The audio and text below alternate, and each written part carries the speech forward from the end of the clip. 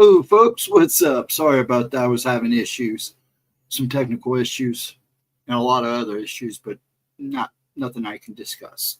Anyways, how's everybody doing? I hope you guys all had a good week. And I hope you're having a good weekend. I'm just going to play a short one tonight. Hey, Latra, and thanks again for the jokes, man. You're awesome. Always gives me the giggles. I was reading them while I was trying to fix stuff. So, all good. Thank you. Whee! 1 second here. Okie dokies. There we go. And other than that, I hope everybody is having a good weekend. I don't know what kind of excitement was going on. AI is really bad at jokes. Were those all AI jokes? Yeah, they sound like old dad jokes or something. But they're giggles. I mean, they're not great jokes, but they are giggles. They made me giggle. There's nothing wrong with that. AI. Crazy. Other than that, oh, excuse me. I'm all out of whack, so give me a minute because it was crazy and something else came up and I really didn't want to deal with it, but I had no choice because I had to. So give me time to get re-finagled here. Not at all. Then when you ask, not at all. Then when you ask for a funny one, still. For AI, they forgot to program a sense of humor. Yeah, but it knows how to keep itself from getting shut off, doesn't it?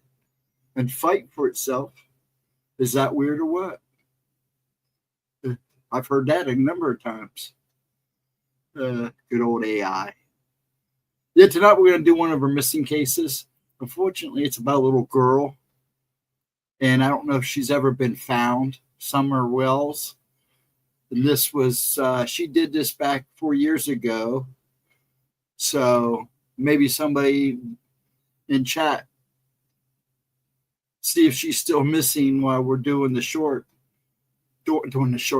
upload. So anyways, and it's only like 12 minutes, 13 minutes long. Cut off the ending of it.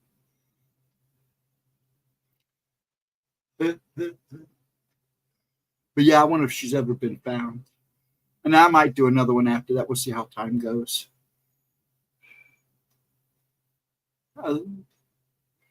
Just making sure.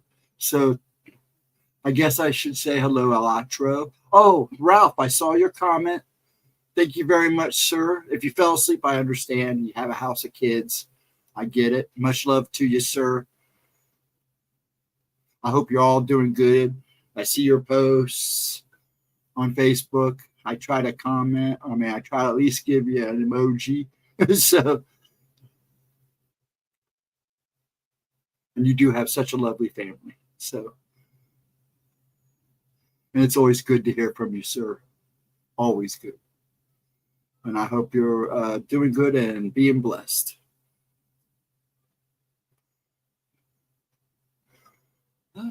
Anything else? Anything else I'm missing? Your Healing Humanity event was Friday in Columbus.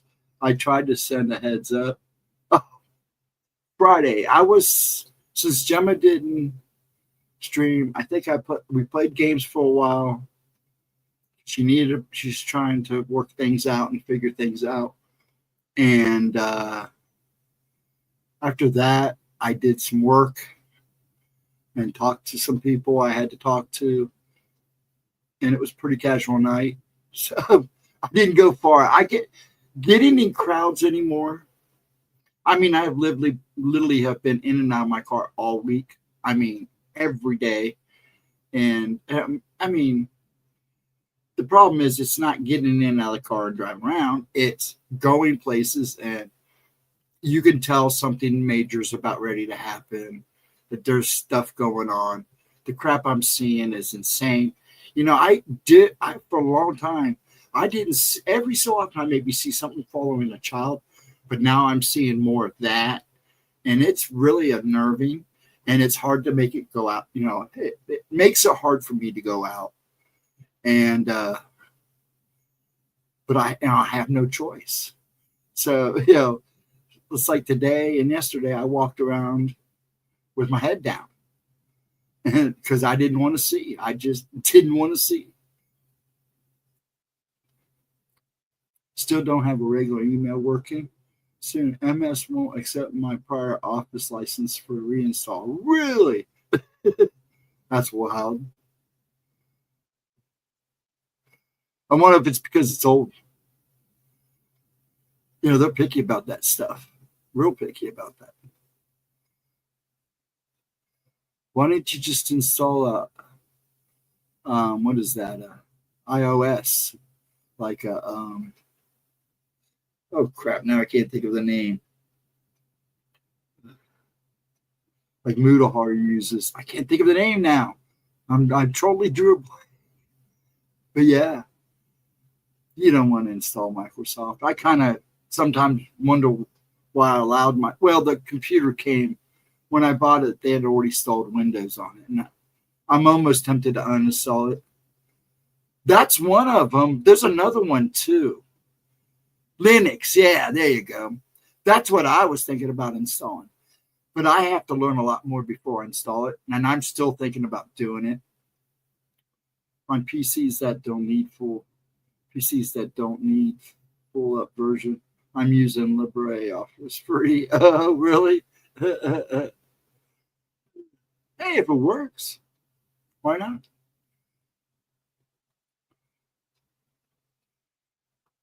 I'll run them all. Oh, okay. Yeah, I was thinking, I haven't heard of the first one, Ubuntu.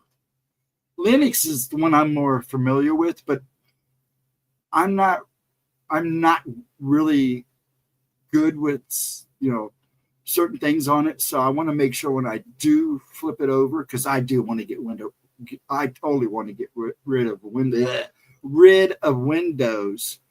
So I'm thinking Windows 10 Linux Mint on USB. Really?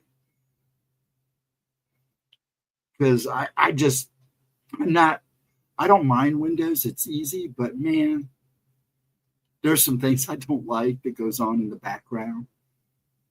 Every time you do an update, you know they're scanning in for your computer and stuff. I know that for a fact. I got friends that work in the tech business, and I'm sure a lot of you guys know that too. So I think I don't do anything major on this computer anymore. I mean, since they destroyed the one that really did all the work, I now use I went back to using another old laptop, and I just use, you know, a backup memory to put everything on. And I took a shower in my hair. It's starting to do whatever it wants now. I'm getting to a point I just don't care anymore. I think I am going to shave this off though a little bit. I might keep the mustache. I don't know. But yeah, I just not a big fan of Windows. I put Android OS on a Mac PC. Oh, did you really? Does it run really good? I'm sure it does. I guess, well, when I used to watch Moodahar, I don't watch him too much anymore. Maybe so when I try to catch him, but not like I used to. I know he's got a pretty much step-by-step upload on how to do Linux. MS has released an update that can wipe SSDs if they have a certain controller. Most of mine are Samsung, and they are okay. WD and critical are at risk. Really? I don't have those. I don't have a Mac. So.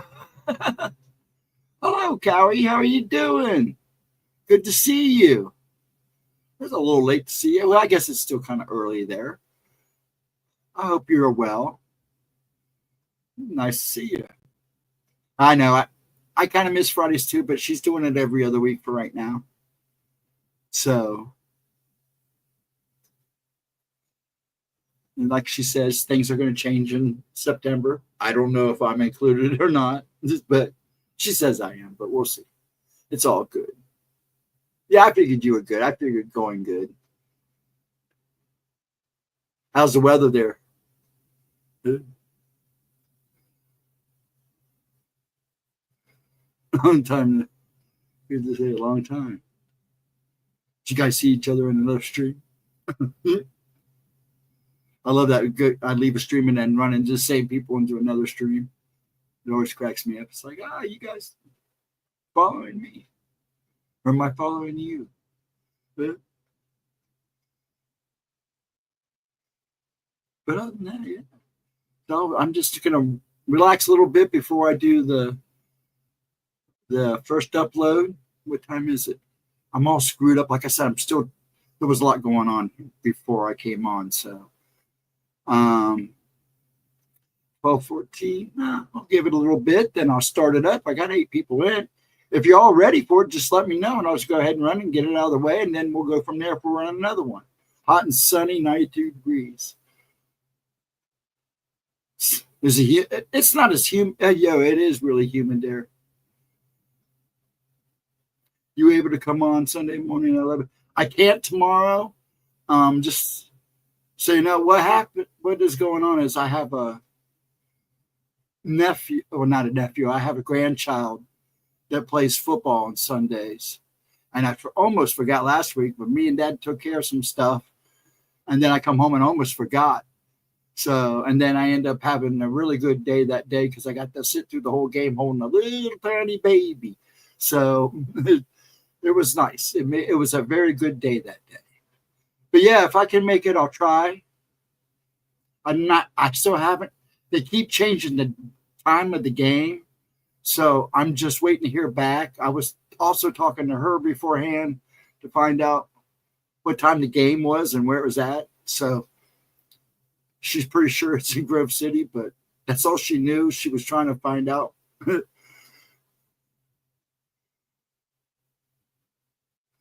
So yeah, if I can make it tomorrow morning, I'll try.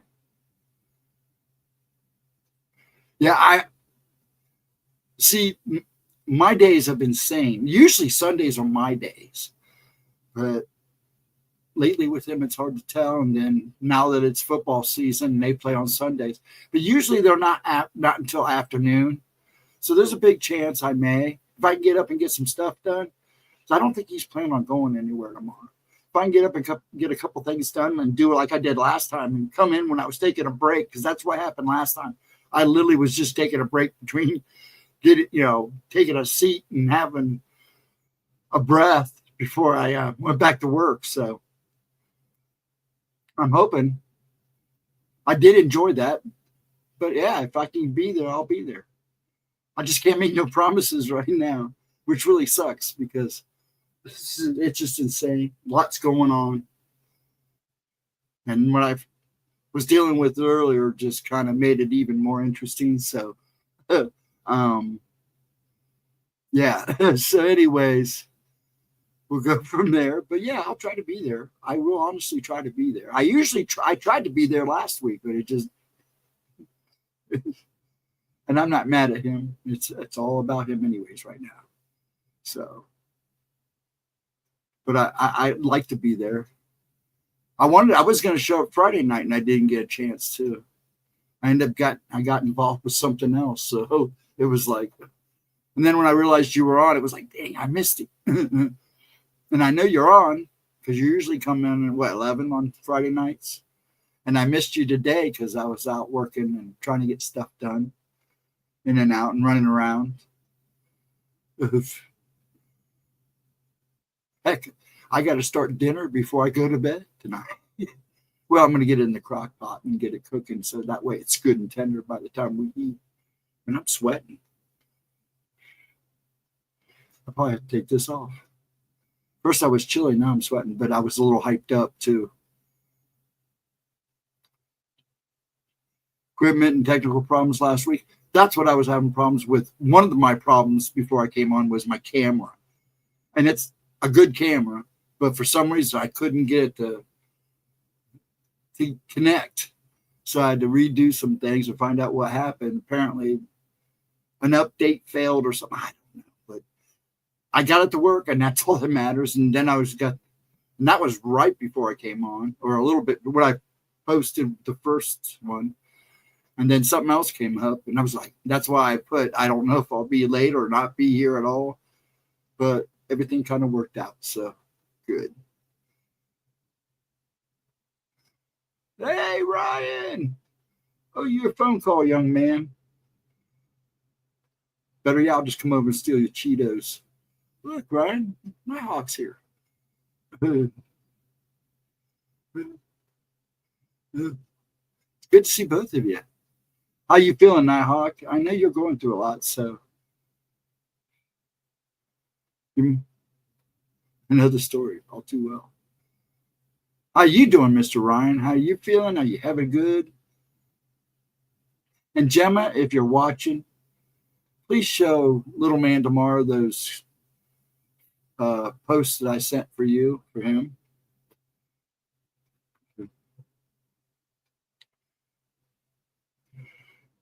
Let everybody say hi. Hello.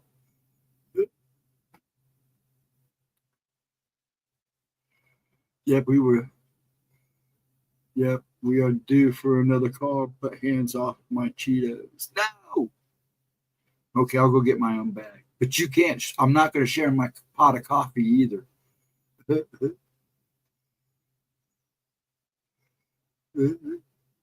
Actually, Nightmare's my information guy. He usually comes in and gives me links and stuff or helps me. Him and Chris Jarvis help me when my brain goes numb. I can't get the words out. Or hit me up with the links for those things. I'm doing all right. Just kind of playing late. I was up until about an hour before stream. And it's like I get a couple phone calls that were very interesting. And then my camera stopped working. Then me and my daughter were trying to figure out when her grandchild's game was for tomorrow, so I can be there. I'll probably hear from her in the morning. But yeah, I'm going to start this up here in a little bit. Let everybody come in and say hello and chat it up. I'm just going to start with one nice little short one, and then we'll go from there. It is Gemma's replay, so it's about playing at least one. And I'll play a short one because it's not very long one. It's like 12 minutes. And I usually cut off some of the ending of it because it's all old stuff. Like I said, this one's 4 years old. I'm just curious. I may do a couple. I've been doing these to kind of take a break from the paranormal stuff. And I'm just wondering if this little girl's ever been found. I have a granddaughter that just graduated from. Oh, right. Yeah, that's right. You do, don't you? Rock and roll. It's always good when they graduate. Just as long as they got a good degree and make something of it. I'm listening to a friend now. I talked to him last Saturday morning,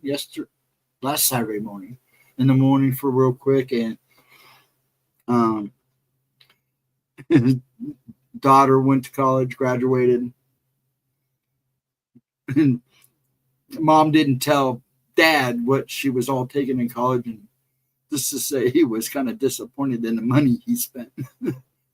And that's all I can go into, but I guess it worked out because she's got a good job. So I don't know how that happened, but yeah. Other than that, yeah. Other than that, that's one of my phrases. And other than that, and then a 15-minute goodbye.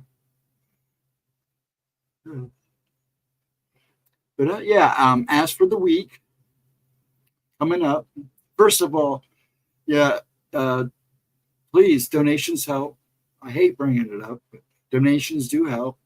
So always, if you can, I'd be appreciative. Also, check out her books. Gemma's books. They're on Amazon. Just look up Gemma Jade Books. And then her link for the energy drink. Oh my gosh, I drew a blank. Down to DUBBY. There we go. I'm watching it on the screen with you guys. Is in on the link, is in the tinker tape, and I believe I also put it in the description down below. Check it out. Me and Giles are going to go look at the flavors tomorrow. He said he would, so we're going to sit down tomorrow and check them out. And I really can't use it, but he said he would try it and see what he thought. So we're going to pick a flavor out and order a flavor and see if he likes it, because he's trying to back off. He's totally stopped the Mountain Dew, which shocked me. Every so often I see him drinking a Coke or a Pepsi, but other than that, he's pretty much staying away from the Mountain Dew and the pop. And I'm proud of him, because, man, that boy was sucking that stuff down. The only problem was he wasn't gaining no weight. He's a toothpick, which I guess is a good thing. He's got that metabolism still. Okay. Let me get this short again. There we go. Much better. I can see everybody now. But yeah, let's go ahead and start this, and then afterwards we'll just sit and hang out for a little bit. So relax, sit back, enjoy a quick 12-minute upload, or give or take. I'll be here. The only time I try not to turn on my mic. So I like to let people listen to the video, because some of these are older, and some people have never heard them before or seen them before. And it's always good. I always go back in people's catalog and watch as much of it as possible. So, you might want to check out our older catalog, past catalog. King of Sugar, yeah, it is. Yeah, it is. I used to drink Mellow Yellow. So I was a Mellow Yellow guy. I mean, I didn't mind Mountain Dew, but I preferred Mellow Yellow. We always argued about it, because I'd have to, if I found a 12-pack, I'd get it. He was like, "What do you drink that for?" I go, "Because actually, it's just, it's what I like." So, what was the other one? It didn't last very long before parents really complained about it, because it was basically a energy drink before energy drinks. Now I can't think of the name of it. Actually, there is one pop I would like to see again, and that's Whistle Pop. We had Whistle Pop here, and you could go to the Whistle Pop store, and you would leave with these big crates, and you could put all the, you didn't have to get one flavor. You can get all the flavors. So we'd mix them up real good, get like 5 each of our favorite, and that stuff was always good. Not too carby, not too sugary. Always really good. And then you just brought the bottles back, and you got that deposit when you bought another one. They just added that deposit to the other case you got. I was sad when it went out. Yeah, because they used to also sell the Cons potato chips in the cans. They're basically the same, aren't they? Really? I mean, so the Energies has got a little more kick to it than the soda, right? Let me set this baby up. I meant to do this. This is the way I set this up, was like this, so you guys can see all the pure, pretty stuff. But let me get this set up real quick. And we'll run this. It's about 12:30, and it'll probably be about 12 minutes or so, give or take. Because I'll probably start it when she starts talking about the older stuff that really is in the past. So let me get this set up. It was, like I said, 4 years old, and it was done. She published this on July 26, 2021. Now, I'm just curious if they ever found this little girl, Summer Wells. But anyways, here we go. Let me get this set up. And we look good. So And let me know. It sounds, the sound on it's pretty good. So you guys should have no problems hearing it. And let's do this. Let me get it up here. Oop, wrong one. There we go. Screen share. There we go. Up she goes. Let's make her big. Before I start it, let me move myself down to the corner. Hide myself back down here in the corner. There we go. All right, folks, here we go. Nice little 12-minute one. The case of Summer Wells, 5 years old, vanished without a trace. And we're off. What's up, you guys? Welcome back to my channel. And if you're new here, just welcome. My name is GemmaJade, but today we are going to be doing something a little bit different because normally I hope you guys hear that sound pretty good. Recent missing I've persons got mine cases, down, turned down a little bit. bit. Kind of stopped covering any missing persons cases at all because it's really hard to get the facts and like completely factual information off of the internet. And I don't like reaching out to families, especially in really recent cases like the one we're going to discuss today, because they're going through so much. I don't want to be like, hey, I'm a random YouTuber, give me your story, what's up? But I also don't want to get the information wrong. So it's kind of a catch-22. However, this is a very little girl. Again, I was writing the script for MPNM and decided that I also would like to try and get the word out. This is the information, the facts, as best as I could find them. I tried to go back at least 4 sources, possibly more, to make sure that I had all of the information correct, so no one is reporting anything that's wrong. Obviously, I did the best that I could, so I really hope that I've done the family justice. I just want to spread the word. I just want to help. On Tuesday, June 15th, Summer Moon Utah Wells, a beautiful little blonde-haired 5-year-old girl, was gardening and planting flowers with her mother and grandmother at around 5:30 p.m. It's been reported that Summer had kind of had enough gardening for the day and just wanted to go home. So she walked with her short blonde hair, gray pants, and pink shirt the short distance from where she was helping to plant the flowers to her home and went inside. She allegedly told her 3 older brothers that she wanted to go into the basement and play with her toys by herself. This wasn't unusual for her or really any other 5-year-olds, and nobody thought anything of it. Until that is, less than an hour later, her mother, Candace Wells, came inside from gardening herself and went downstairs to check on her daughter and couldn't find her. The Wells family searched the entire house and surrounding outside areas, but still found nothing, no trace of Summer. At around 6:30 p.m., Summer's parents called the Hawkins County Sheriff's Department and reported their daughter as missing. At midnight, technically the next day, which was Wednesday, June 16th, 2021, the Tennessee State Bureau of Investigation released an endangered child alert for the missing little girl. The TBI changed this status, however, at around 11:30 a.m. to an official Amber Alert. The difference between the two is that an endangered child alert is issued when there is a concern for a child's safety, and Amber Alerts are, quote, reserved for the most serious of missing children's cases where a child is believed to be in imminent danger, end quote. Later that day, June 16th, at around 4 in the afternoon, the Hawkins County Sheriff's Department and the TBI held the first of what would turn out to be many press conferences regarding the case. By the end of the day, almost 30 tips had already been called in. The next day, June 17th, in the early afternoon, search teams were reporting that their efforts were being severely disrupted by, quote, steep and dangerous terrain, end of quote, as well as, quote, dense canopy coverage, end of quote. It was also very difficult for the teams to communicate with each other due to there being poor cell phone coverage in the search areas. At around 8:40 p.m. the night of June 17th, authorities asked residents living on or near Ben Hill Road to check any kind of surveillance footage or doorbell cameras, etc., to see if they could come up with any sightings of Summer or any evidence as to what may have happened to her. The community was also instructed to check any outbuildings for the little girl.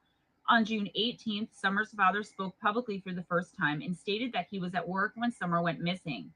He said, quote, when I got home, I drove to the bottom of the property and realized all my neighbors and stuff were combing the woods and looking for her. And I realized right then and there she was not there. I knew right then and there she was gone because she would never leave on her own. Somebody had taken her, end of quote. This brings us to June 19th, 4 days after Summer had been reported missing, and investigators shared pictures of Summer's house and the surrounding area and property where she was thought to have gone missing with the public. A week after she disappeared, on June 22nd, a roadblock was set up and cars were being stopped and shown pictures. They were being asked if they remembered seeing anything strange in the area or maybe seeing Summer herself on the night in question when she seemingly disappeared. A witness reported that a Toyota pickup truck was seen in the Beach Creek area either late afternoon or early evening, but wasn't sure if it was the night of the 14th or the 15th. The police issued a plea to the public for more information and also asking for the driver of the pickup truck, which was in the area on either of those 2 nights, to please come forward, as they thought they may have had some information related to the disappearance. Perhaps they were witness to something they didn't even realize they had seen involving Summer going missing. The truck was described as a red or maroon Toyota Tacoma, year 1998 to 2000, with white buckets in the truck bed, a ladder rack, and was a full bed style pickup truck. As of writing this in mid-July, nobody has come forward about this truck. On June 27th, search efforts were scaled back. On July 1st, the Polk County Sheriff's Office in Wisconsin announced that Summer had an aunt who also went missing. Rose Marie Bly vanished from Polk County in 2009, and due to Summer's case, there was renewed interest in this case as well. This was Summer's mother, Candace's sister, Rose Marie Bly. By July 2nd, the TBI announced that out of the 935 tips they had received so far regarding Summer's disappearance, there had been no solid leads that came out of any of them. Hawkins County Sheriff Ronnie Lawson announced to the public that at that point, quote, everything is still on the table, end of quote. He explained that because they were still trying to locate the missing girl and hadn't received any viable leads, that everyone was still a suspect and they hadn't ruled anything or anyone out yet.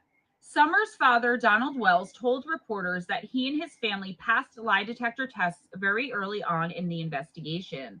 He said he and his family had little hope that Summer was still alive at that point. This case was especially frustrating to the authorities because, as the assistant special agent in charge with the TBI, Shelley Smitherman, explained, it's almost always the case that within the first 72 hours or even within the first week of an investigation into a missing child, there's at least one, and more than likely several, credible tips or leads to go off of. Unfortunately, however, in the case of Summer Wells, there wasn't a single one more than a month into her disappearance. She stated, quote, that is the frustrating part for law enforcement in this case and for the public. We will continue to investigate and to search for Summer. In the public's eye, there may not be as much media attention given to the case, but that does not mean that we stop what we're doing, end of quote. Summer Wells has blonde hair and blue eyes. Her hair is cropped short, and she was last seen wearing gray pants and a pink shirt. It's possible she had no shoes or socks on her feet and could have been barefooted. She is about 3 feet tall and weighs approximately 40 pounds. Anyone with information about her disappearance and possible abduction are asked to contact the TBI at folks in Tennessee, 1-800-TBI-FIND, and that these numbers will be in the description box and also on screen. Or they can reach out to the Hawkins County Sheriff's Office at 423-272-7121. You can also email this is the case that can still be kept alive. TBI@tn.gov. Authorities are asking the public to please refrain from reporting any rumor or speculation to the tip lines.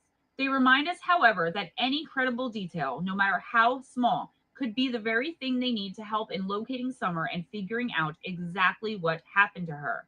Now, I fought with myself a little bit as to whether or not to release the next part of what I have in my information here, but I want everyone to know that I'm only reporting the facts and I'm not blaming, shaming, judging, anything like that. If you've been with me for a while, you'll know that, but I think it's important that we get all of the information and we know exactly what's going on. So I wasn't sure if I was actually going to report this to you all, but I'm going to. Though both of Summer's parents have passed lie detector tests, it's being reported that they both do also have criminal records. Summer's father, Donald's most previous arrest came last year in October of 2020 when he pleaded guilty to a firearms charge and a domestic assault charge was dropped. A criminal complaint from that incident alleges that deputies responded to the family home while Mr. Wells was speeding out of the driveway with a pistol in his glove box and smelling very strongly like some kind of alcohol. He reeked, allegedly. It's also being reported that he is not allowed to possess any type of firearm, so I'm not sure exactly why. I could have dug deeper and found this out, but I don't want people immediately jumping on the parents, the father. Yeah, that's Again, hard. just reporting facts. That's not always Summer's a good mother, thing. Candace Bly, she goes by her maiden name, was granted an order of protection for herself and her 4 children, Summer and her 3 brothers. This order was granted after Candace wrote in her complaint, quote, "He drinks and he throws things. I am afraid of being hurt. He is abusive physically and mentally towards me. I am afraid for my children and myself. My mother fears he is going to hurt her because she is staying in the camper on the property," end of quote. Despite all of this, Candace dropped all charges a few weeks later, and the couple seemed to have reconciled and also seemed to have been doing quite well. I reiterate, Donald Wells' alibi of being at work during Summer's disappearance was investigated by the police, and it was proven he was there when and where he said he was. And also, I reiterate, he passed the lie detector test, along with the rest of the family living in the home with the 5-year-old very early on in the investigation. Though investigators did say that they have ruled nothing and nobody out yet due to lack of credible and viable tips and leads. Guys, again, those numbers and that email address will be in the description box below.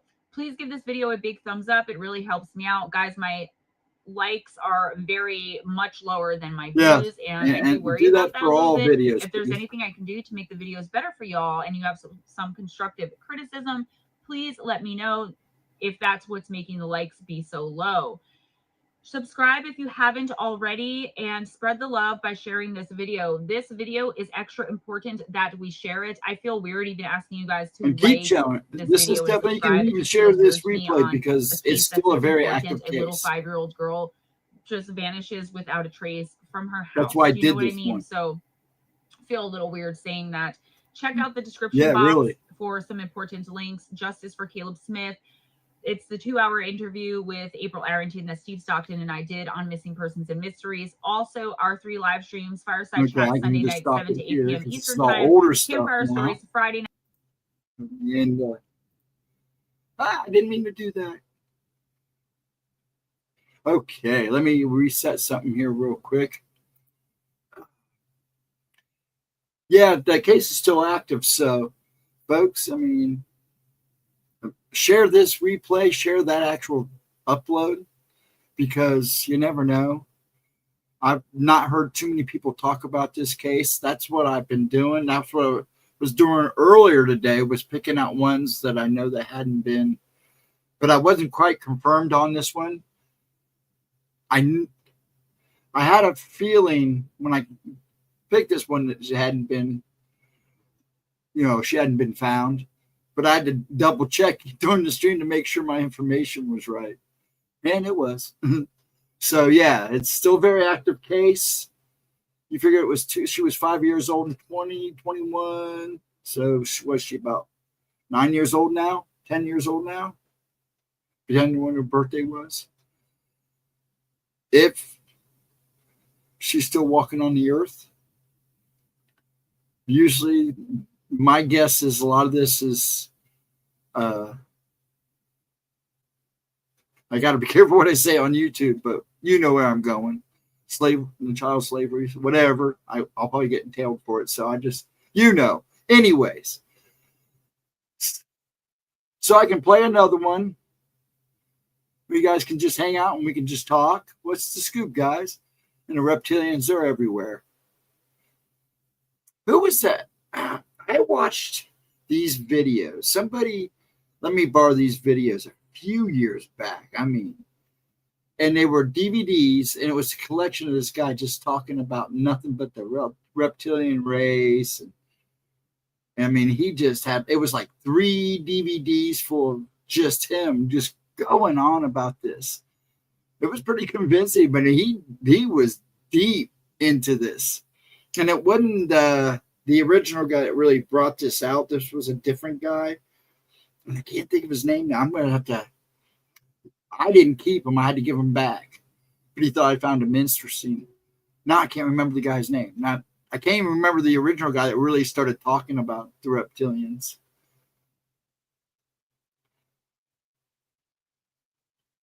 So I just can't get the information out. That's my problem anymore. So what's everybody's plans for the week? Take a little break and try to keep the conversation going. And let me get myself reorganized here, just in case we do another one. David, thank you, Uso. And hello there, sir. How are you tonight? He's the one I know that brought it out, but the videos I saw was some other guy. And this guy, he looked like he had delved so far into this stuff that it actually was starting to affect him. I mean, and this guy was a younger guy. It wasn't David Icky, or however you say his last name, Icky. This guy was younger. Well-produced DVDs. I mean, whoever put him out for him, I can't remember who the company was that put him out. But man, good. But yeah, I should have known his name. And that's one of my problems is like stuff gets stuck in my head and then I can't get it out. One sec here. Keeps disappearing on me. There we go. There we go. All right, much better. There we go. I'm a little unorganized. Like I said, I'm a little out of whack because all the commotion that went on before this. Now I can do a paranormal one if you guys want another one. Pronounced Ike. Okay, thank you, Latro. Credo also was Credo Montois also was talking about the Shitality. Like, oh man, I'm butchering words. That's never good. But I know what you're saying. Jesse Ventura did a reptilian show. Now I remember that because me and my dad watched that because Dad's a big wrestling guy and he was always fascinated that Jesse was into this stuff. And I remember that was a while ago, wasn't it? I mean, like a while ago.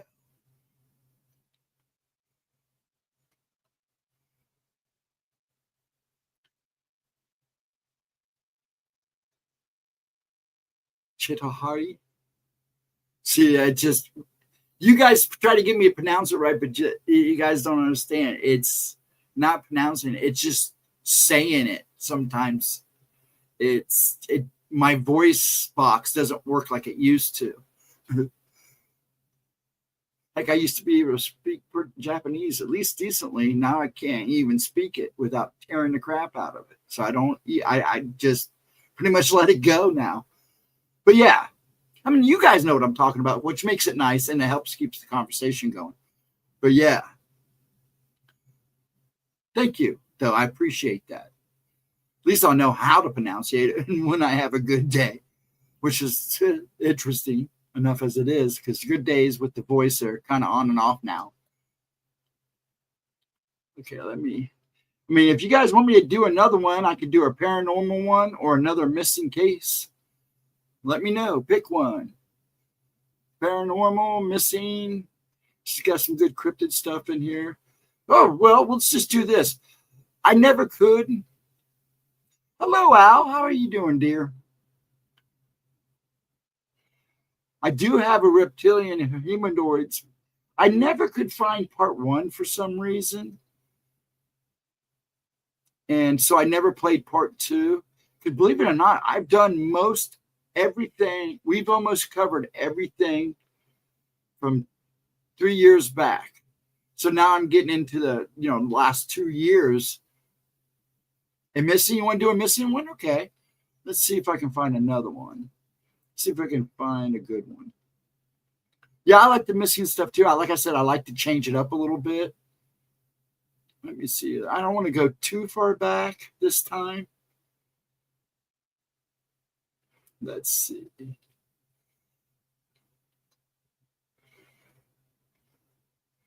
I just did that one. I don't really. The children ones are so heartbreaking. So I'll say that for another day. Let's see. we can do. So I usually have them picked out, downloaded, and all I have to do is click them. That's what I've been doing lately. But I didn't pick out a second one because things, like I said, everything got nuts on me. Ow. It's good to see you. I was in his stream the other night, like you saw me. I just got home. I had to run out again. Then I got home. It was crazy.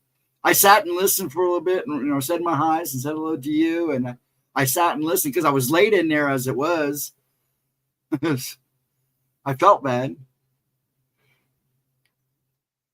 I hope you had a good night and a good day, everybody. And to you, Al, since I didn't say that to you, let me see. A good missing one. I'm trying to find something a little closer.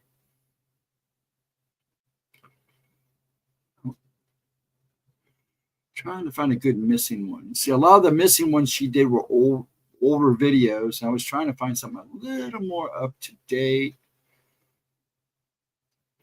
Here, we'll do another kid one. This one's a good one. It's 21 minutes.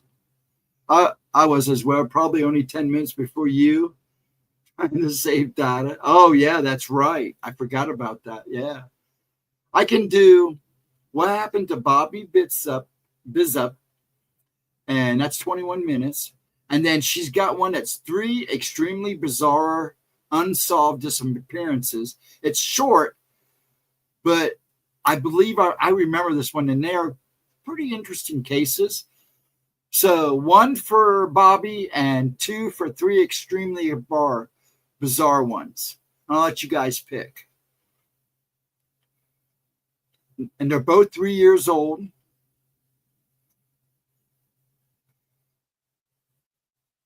What should I do? Which one? 1 for Bobby, 2 for 3 extremely bizarre.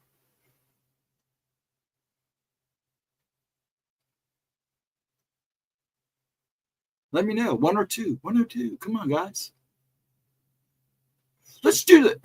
Let's do both. I could do both.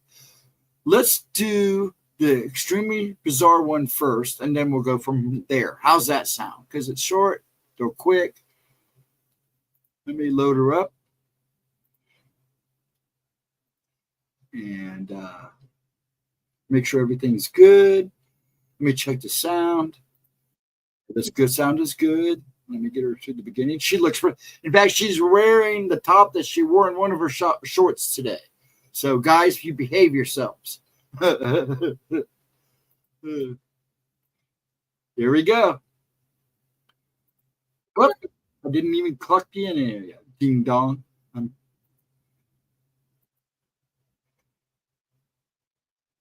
There we go. And let me get me all squared down at the bottom again. Hide myself. There we go. And I'll go full screen like I always do. And here we go. Hey guys, welcome back to my channel. And if you're new here, just welcome. My name is Gemma Jade, but today we are going to be discussing 3 strange and mysterious disappearances.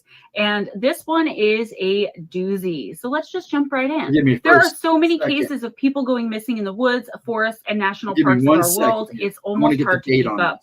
When looking through these missing persons cases, there are some that stick out as extremely bizarre and very strange. Thousands of people go missing every single day throughout the world, and unfortunately, some of them will remain unsolved forever. The mystery in these cases, though, is that there is a certain set of parameters that each case seems to have in common, which goes beyond any belief that this could be a mere coincidence. Here are just 3 of the most bizarre disappearances that I could find, and of course, and as always, there will be more to follow. Our first case is the rather strange vanishing of an 84-year-old theology professor by the name of Dr. Maurice Demetz, or Demetz. In 1981, he was mostly known for his fire and brimstone religious rhetoric and his many writings of how he believed that the literal Antichrist was going to appear in our lifetime, but he was soon to become even more well known for his odd disappearance. When he wasn't busy telling anyone and everyone who would or even wouldn't listen that the devil was coming, Dr. Demetz liked to engage in his pastime of collecting rocks. Of course he did. He was in Pike National Forest in Douglas County, Colorado, along with his friend David McSherry to go hunting for topaz on the day of his curious disappearance. Maurice was 84 years old at the time, guys, and he had a range of health problems that caused him to rely on McSherry to get him around, his bad knees making him unable to get very far at all on his own. In other words, he wasn't some physically fit young man who could just run off at the first sound of trouble or at the drop of a dime. The men spent the day digging around for rocks. They had sort of a system where McSherry would drop Demetz off at a spot and then go off on his own to a different spot, but like nearby. So he didn't go very far. After which he would pick the doctor up and they would move on to a new location where he would do the same thing. On this day, everything was going smoothly and they had spent hours digging at different spots. McSherry would never wander too far and would always come back and check on his friend about every 15 minutes or so. So basically, the doctor was never left alone for very long. David McSherry was at one point about 100 yards away from the doctor and had just checked on him 10 minutes earlier, but for whatever reason decided to go back and check on the old man one more time. Dr. Maurice Demetz was nowhere in sight. He called out his name. McSherry called out for Demetz, but he got no answer. David thought that this was very strange due to the fact that Demetz's knees were so bad that he would never even be able to hobble his way far enough out of earshot in just 10 minutes, let alone walk fast enough to be out of eyesight, out of vision, right? McSherry decided to search for a few more minutes, figuring that his friend had to be somewhere and that maybe he was injured and needed help, and that's why he couldn't call out. After a few minutes, though, fear and concern really started to set in when he realized that not only was Maurice missing, but all of his tools were as well. He thought maybe the doctor had wandered back to the car, though that seemed even more unlikely than the doctor getting far enough he was no longer in earshot in such a short period of time. He went back to the car just in case, and as expected, he found the car empty. So he looked for a little bit, and then he was like, oh my gosh, like maybe he's injured, and that's why he can't call out, because David McSherry is convinced that Demetz could not have gotten far at all. The man could barely hobble, let alone walk. So how far could he get in 10 minutes? Dr. Demetz was nowhere in sight or seemingly in earshot by the car either. David called the authorities and a full investigation was launched, including a thorough search into the area by the vehicle and also the surrounding areas where the men were digging for the rocks. There was a 5-day intensive and extensive search, yet nothing at all was uncovered. No trace of the doctor, no trace of his tools. There was also no blood or sign that he had been attacked by an animal or the victim of any kind of foul play. He was just there 1 minute and poof, gone the next. No one has seen him or found any clues or any trace of him ever, like since, nothing whatsoever. This case still remains unsolved 40 years later with no hide or hair, nor idea what could have happened to Dr. Maurice Demetz. It's worth mentioning here, though, that the place in which the two men were digging that day and from where Maurice went missing is a place known as quote-unquote Devil's Head, which has long had a place in native folklore as a haunted place inhabited by evil spirits and which also, strangely enough, had other strange disappearances that had happened in the vicinity as well, and those are going to be in another video. Moving right along to our second case, another case that took place way back in 1981 and is still unsolved 40 years later is the case of Stacey Arras. On July 25th, 1981, Stacey Arras was a 14-year-old girl who went on a horse riding trip with her father, George, and 7 others in the Sunrise Meadows area of Yosemite National Park in California. What was likely a picturesque and enjoyable ride over the stunning wilderness of Yosemite became a nightmare for the Arras family. After riding a few hours, they stopped at some cabins at Sunrise High Sierra Camp, around 3 miles southeast of Tenaya Lake and 1.5 miles from Sunrise Lakes. The group decided to freshen up after the ride, having planned to stay the night. Sunrise Camp is 9,400 feet above sea level and the last one of the 50-mile High Sierra Camp loop. 9 cabins provide beds for 34 guests, and it is set against a lovely alpine meadow facing Mount Florence and Mount Clark. After arriving at the Sunrise High Sierra Camp, Stacey cleaned up and decided to go for a walk. The young girl asked her father and another member of the party to join her, but she was denied their company. She made it very clear that her walk was only going to be a short distance. She was just going to a lake that was very much nearby. It was within earshot, and she just wanted to take some photographs and stretch her legs. She would be in plain view and in earshot the entire time and wouldn't be traveling any further than earshot. Can I say earshot again? The lake was nearby within earshot of the site, I guess so, and the area was not known for any instances of animal predation either. Thus, her father likely thought little of his daughter's actions. However, once she embarked on her short walk, Stacey Arras was never seen again. After a comprehensive and thorough search lasting 9 days with over 100 people, sniffer dogs, and helicopters, nothing more than the lens cap of her camera was ever found. Our third and final short case of the night. Stephen Kubacki was a 23-year-old student at Hope College in Holland, Michigan, a private Christian university near the eastern shore of Lake Michigan, when he disappeared on February 20th, 1978, whilst on a solo cross-country skiing trip near the town of Saugatuck. And I'm pretty sure I'm saying that right. The day after his trip to Lake Michigan, snowmobilers in Saugatuck spotted cross-country skis abandoned with a backpack and contacted the authorities to report what they figured was a missing person. They quickly found the contents of the pack belonged to Stephen, and a search and rescue mission was immediately started. The one-way path, 200 yards of footprints, ended abruptly, leading investigators to conclude, in the absence of any other clues, that Kubacki drowned somewhere under a thick layer of unbroken ice. This area close to Lake Michigan and where they said he allegedly drowned was somewhere he had visited and skied many, many times before. He knew the area well. Stephen Kubacki was 23 at the time, either a German or a history major set to graduate that spring. The year before he vanished, he co-wrote an op-ed for the campus newspaper about the inadequate collection of books in the university library, arguing that the school should install an electronic security system to safeguard against theft. Bob Namar, a 1978 Hope graduate who didn't know Kubacki but had heard about him after the disappearance, said Kubacki was described as brilliant and a little more free-spirited than the average student at the conservative school, which explained why he lived off campus. Quote, "Big Dungeons and Dragons guy," end quote, Namar said of Kubacki. Stephen was also known to be an enthusiastic outdoorsman who had previously climbed mountains while studying abroad in Europe. He'd been cross-country skiing in the same area bordering Lake Michigan before, as I said, and not just once. He was experienced in this area. The trip that weekend wasn't particularly unusual, but the rest of the story definitely is. On May 5th, 1979, well over a year after he went missing, Kubacki, quote-unquote, woke up in a grassy knoll in Pittsfield, Massachusetts, 700 miles due east from where he had vanished. You can draw a near-perfect straight line between them on a map. It was a Saturday night when he woke.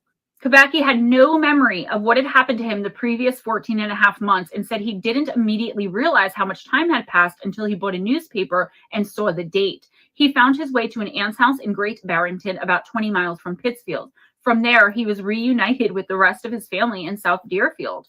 After he reemerged, Kubacki told reporters that he had found himself wearing clothes he didn't recognize as his own and had a backpack filled with maps and hitchhiking signs, suggesting he had traveled pretty widely: Sacramento, San Francisco, Reno, Chicago, and even Utah. He also had $40 in cash, new glasses, sneakers, and a t-shirt from a marathon in Wisconsin. Quote, "I feel like I've done a lot of running," end of quote, he said in an interview the week before he reappeared. Quote, "I feel like I've done a lot of running," end quote. That's what Stephen said in an interview the week he reappeared. His memory right up until his disappearance remained intact. He said the last thing he remembered was feeling cold and scared of being lost in the frozen darkness. Kubacki told a reporter that he believed his blackout was caused by exhaustion and exposure. And he said he would see a medical doctor for a physical, but he would not be seeing a psychiatrist. Kubacki insisted that he was in a healthy frame of mind when he set off for the ski trip, and still was. Quote, "My father was going to sign over the house to me. I had 3 courses at school and no trouble. I left a romance in Germany. There was no trouble with girls. I had a job lined up with the Holland Sentinel newspaper," end quote. Kubacki didn't take that job, but he had been awarded a bachelor's degree in absentia from Hope College the year before, when he was feared but never declared dead. Apparently, even the detectives who investigated his disappearance had doubts about the drowning theory, like the original theory that they had put forth. They sent his dental records to Chicago to see if Kubacki might be among the serial killer John Wayne Gacy's unidentified victims. Today, Kubacki remains alive and well in the Pacific Northwest, working as a psychologist. That's all I have for you today, guys. I really hope you enjoyed this video. Please give it a big thumbs up if you liked spending this time with me, if you enjoyed the content, and if you want more. Also, let me know in the comments. Guys, Moon Bear Oracle is up and running. I was a little late with the videos, but I hit a little hiccup in my personal life, as a lot of you know. Thank you so much for all of your support there. But the rest of the videos are going to be up probably the same week this video goes out. Not sure, though, but they are going to be there. Please go over to Moon Bear Oracle on YouTube and subscribe. If you would like a personal intuitive oracle reading from me, please email me at moonbearoracle@gmail.com. That's moonbearoracle, all one word, @gmail.com. If you have any encounters with the supernatural and or paranormal that you would like to be a part of my listener encounters. Do this. Drop me back to my corner. Here we go. What I'm dragging. Hold on, there we go. Much better. There we go. Much better. I was lagging there a little bit. The internet kind of a little goofy. Some jinn lived their dreams through him. Maybe that's possible. I was checking something while I was doing that. The last two cases they've never been found. I can't find anything on the first one. I heard Pilates add that lens cap part in his book. It isn't stated stated anywhere in the investigation. Yeah, I know that, and I know she took. I'm not sure what she doesn't always go by him, so she may have seen that from somebody else who probably picked it up from him. I just know that the case is still not solved. The last two cases are still unsolved. They're still missing. As for the first one, I couldn't find any information. I'll have to go back and look again. Yeah, Pilates added some stuff to his. He's a interesting guy. He does come off trustworthy as from the start. I mean, I'm not saying anything bad again because I enjoyed all of his books. I have them all. But yeah, there are stuff in some of those missing that I don't know where he got that information from that I couldn't find. But then you would see stuff that he wrote in his book, and then you'd just a YouTuber, but you see other people do stuff or write stuff that you could tell that they kind of had nowhere to go with certain things, so they used some of his information without plagiarizing him. Some of the info some info missing, some added, some of the cases are solved too. Yeah, I know some of the cases have been solved since then. Actually, my favorite one of his books were the missing 411, the hunters, about all the hunters that go missing. Always found those interesting because it happens a lot more than people realize. And it doesn't get out like some of the other ones do as much. I claim those to the deer that are not deer. I saw one the other day. In fact, there was two outside today, and the female didn't look right. I was like, man, there's something weird going on. But yeah. Who, David? Yeah. Pilates, yeah. He is an interesting guy. I met him at a book signing. I think it was the second book. I mean, he seemed like a nice guy. He talked to everybody. Everybody went up, talked to him. He answered questions. To the most parts, the Lord Lodge did their own boots on the ground investigating. They wanted to defend Pilates, but they couldn't. Yeah, that's interesting. That wouldn't surprise me. I like his letter reading. Yeah, it's good. But yeah, I mean, I think he was trying to, give some kind of interest to some of these cases, kind of get people to tag on to it. You don't hear a lot about those cases anymore. Like you said, some was solved, some are still very much active. I'm kind of glad there's a new channel. I think it's missing. Wait, hold on. I want to make sure I get it right. And I'll put the link in for you. Let me find this. It's archives of missing case files, and I really love this. Gemma turned me on to it. Let me pull it up here. I'll get you links for it. And subscribe. It's a really good channel. Let me find it. I like it because they are really going into the archives. And it's nice to see them, somebody kind of reviving these missing cases. I just got to find it in my links here. I get to the point because I have to check them every day anyways, because YouTube's really good about making things disappear out of your subscriptions. Where'd it go? I know I have it. It's here. Here we go. Let me give you guys the links for it. Here's the main page for it. You guys check it out if you haven't already. It's Missing Persons Archives. It's really good. It's nice to see somebody trying to bring some of these older cases back to life.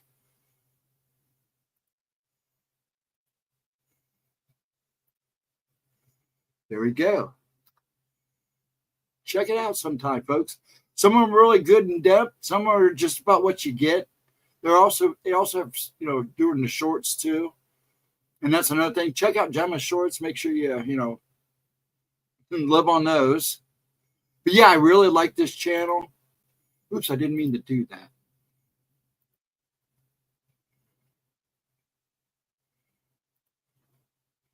Because I wanted to. If you guys want another one, I can do another one. I think somebody said both. Was it Uso said both? Let me see. I got to pull it back up again. Oh, wrong one. Did that last time. Here we go. Let's see. Videos. Video good. Oh, I'm sorry. That song was stuck in my head earlier. I got to find that other one. See, I didn't download those. Like I said, I was just going to do one tonight and just hang out. But you guys are into it, so I don't mind at all. Probably listen to me better than listening to me stutter and try to spit words out of my mouth. But at least you guys are great. All you folks are so fantastic for hanging out with me. I appreciate it, watching these. Let me see if I can find it, which wouldn't be hard. They were literally right next to each other. I usually download a few of them, but I didn't this time. Like I said, it was crazy right before the last hour before the stream. I was just nuts. Too many things going on. 3 years old. Okay, now we'll get somewhere. 111. Is it 111? It sure is. Happy 111, folks.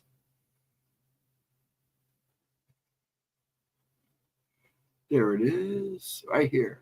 Okay, this is what the truth about Bobby Bizup and his incredibly strange disappearance.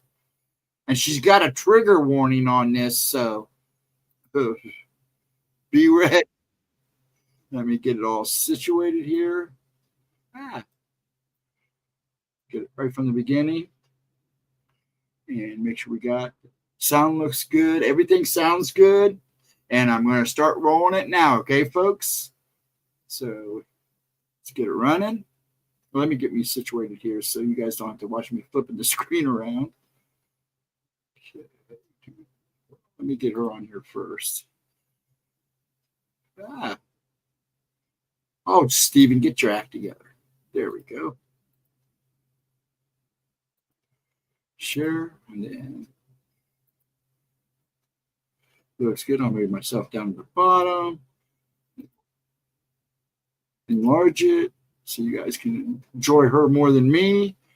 And go. What is up, you guys? Welcome back to my channel. And if you're new here, just welcome. My name is Gemma Jade, but today we are going to be discussing Bobby Bizup, the truth about Bobby Bizup. Let's just jump right in. I wrote this for Missing Persons Mysteries. If you've already saw this and you're like a cross watcher, I know a lot. Wait, I'd stop it for a minute. I wanted to read this. Yeah, I noticed that too. I read some of his replies. Actually, There was a couple incidents as I was watching signed books where he kind of got a little irked with some people. So yeah, I would agree with that. I haven't seen any of his replies. Okay. Sorry about that. Of people are, but if you don't want to see it, just don't watch it. Please don't attack me in the comments and say that I'm like stealing from Missing Persons and Mysteries. Yeah. I always get bills. That's the thing. She did a lot of writing for I write it. Missing So, persons. with all that being said, I've got a lot of missing filming persons today, so let's just mysteries. get started. Bobby Bizup was the only child born to Master Sergeant Joseph and Constance Bizup on July 4th, 1948. Joseph was a member of the U.S. Air Force, and Constance was a homemaker. Bobby was born almost completely deaf, and despite making use of the best technology and hearing aids they had in the late 40s, he still could hardly hear anything. He relied heavily on sign language and lip reading, and almost no one but his parents could understand him. He shrugged it off when he was teased by other children, which he was a lot. He would go away to camp in the summertime, and Bobby was always not just participating, but smiling, despite the intense and constant bullying he had to endure at these camps. Unfortunately, it was one of these camps that would be the center focus of the investigation into what happened to this little boy, only 10 at the time of his strange and mysterious disappearance. I want to warn you guys that this is not going to be easy to hear, okay? You're going to hear things that you may not have heard anywhere else regarding Bobby and his disappearance, except MPM, of course. You may even realize that your most trusted source for information on missing persons purposely left out some of the important details. Why? I have no idea. What I do know and can promise you is that I pride myself in not sugarcoating or purposely omitting information for any reason. I believe the entire story should be told, even if it's an extremely dark and ugly story that's going to make people turn away and want to cover their ears. Here's the real story, the whole story, and the true story of what happened to 10-year-old Bobby Bizup. Consider that your trigger warning. Let's start at the beginning. As I said, Bobby was an only child, and he was bullied relentlessly because of his hearing impairment. He was different in a time when, unfortunately, it wasn't okay to be so. Despite everything he faced every single day, you wouldn't ever find Bobby without his crooked and somewhat gap-toothed smile. You wouldn't find him on the bench during the camp softball games or sitting to the side when it was time for fishing. There he would be every time, front and center, and waiting to be a part of the other groups of children, despite how they bullied him and treated him. In August of 1958, Bobby was at one of these summer camps. It was no different than all of the other times he had to interact with other children his own age. August 10th was the day that everything would change, though. Bobby would disappear, and it would become a very long-standing mystery as to what happened to him. There have been recent developments in the case that we'll get to a little bit later on in the video. But first, let's go over what was originally said about what happened to this poor little boy. It's said that on this particular day, Bobby was fishing down by a place called Cabin Creek while attending a summer camp organized by the Catholic Church called St. Malo's Retreat. Right around 6 p.m., a camp counselor approached Bobby and told him it was dinner time. Bobby followed the counselor down the hill towards where they ate their meals. It's important to note here that later on, this counselor was adamant that Bobby was right behind him when he turned to walk down that hill. He said he was absolutely certain that this little boy was following him. However, when he reached the camp and turned around, Bobby was gone. He was nowhere in sight. Mount Meeker's barren summit looms to the west of Colorado Highway 7 between Allens Park and Estes Park.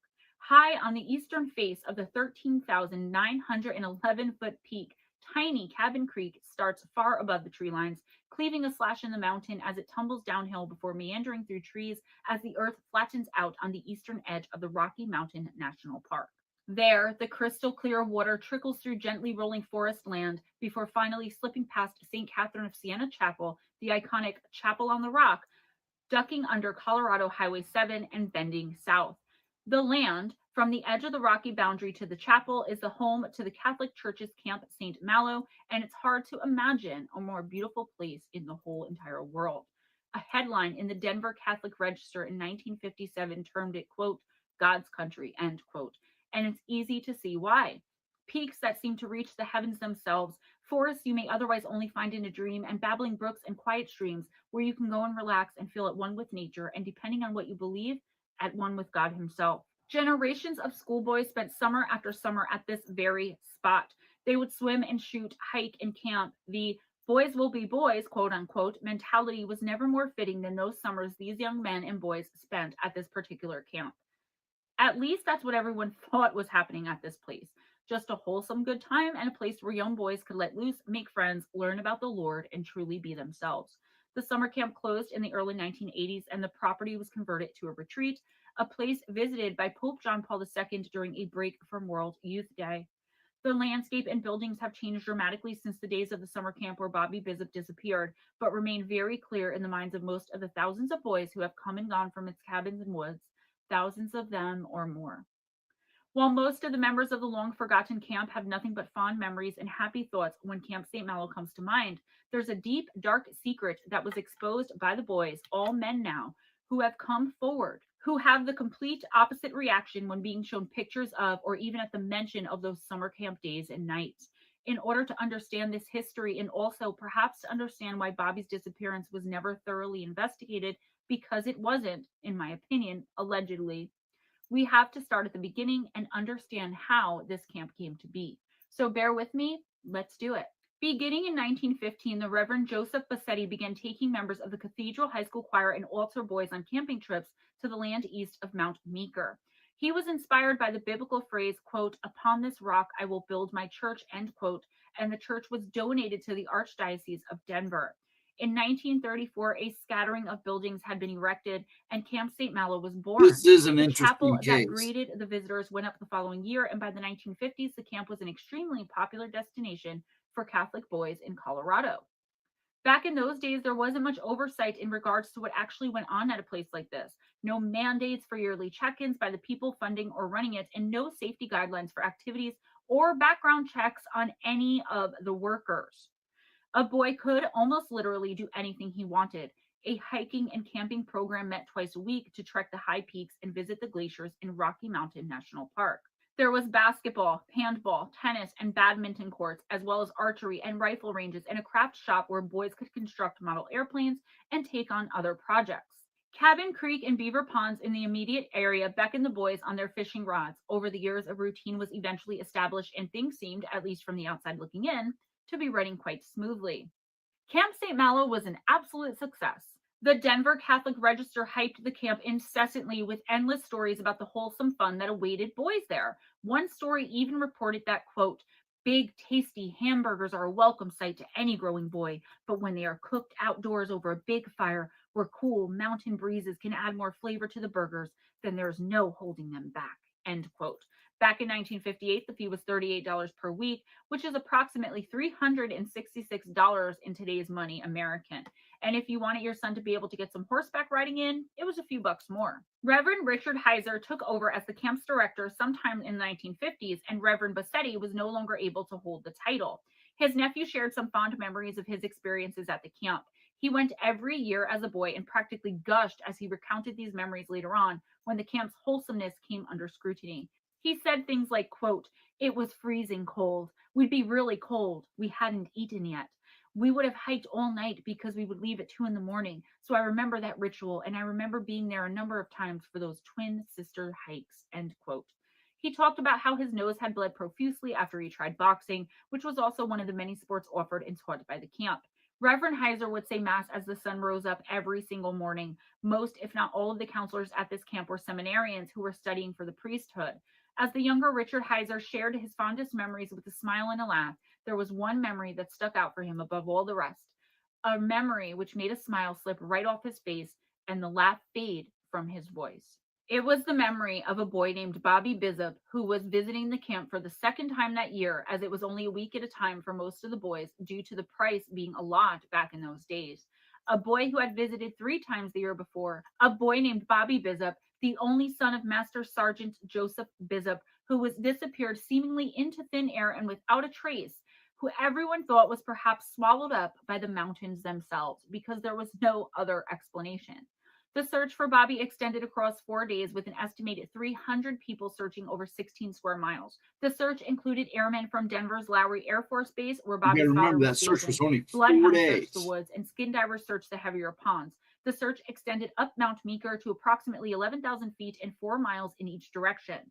There was no sign of him, only his bait box about a mile from the creek where he was said to have been seen last by his counselor.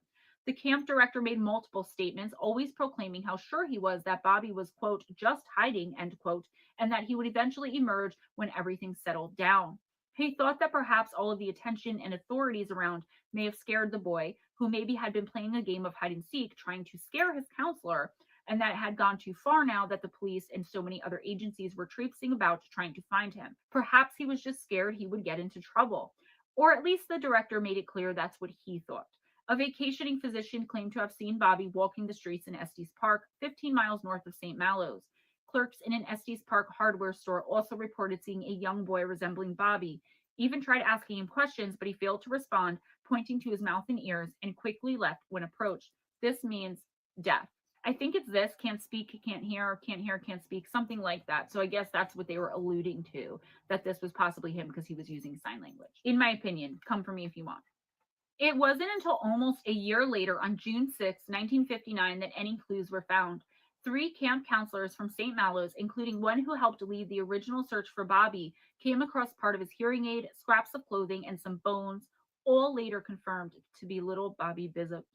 Right around that same time, his remains were found in a ravine's heavy underbrush just below timberline on Mount Meeker. The ravine and area surrounding it had all been part of the original search. The question that seemed to be on most people's minds, however, is how did Bobby Bizzop get there, and why wasn't he found during the original search?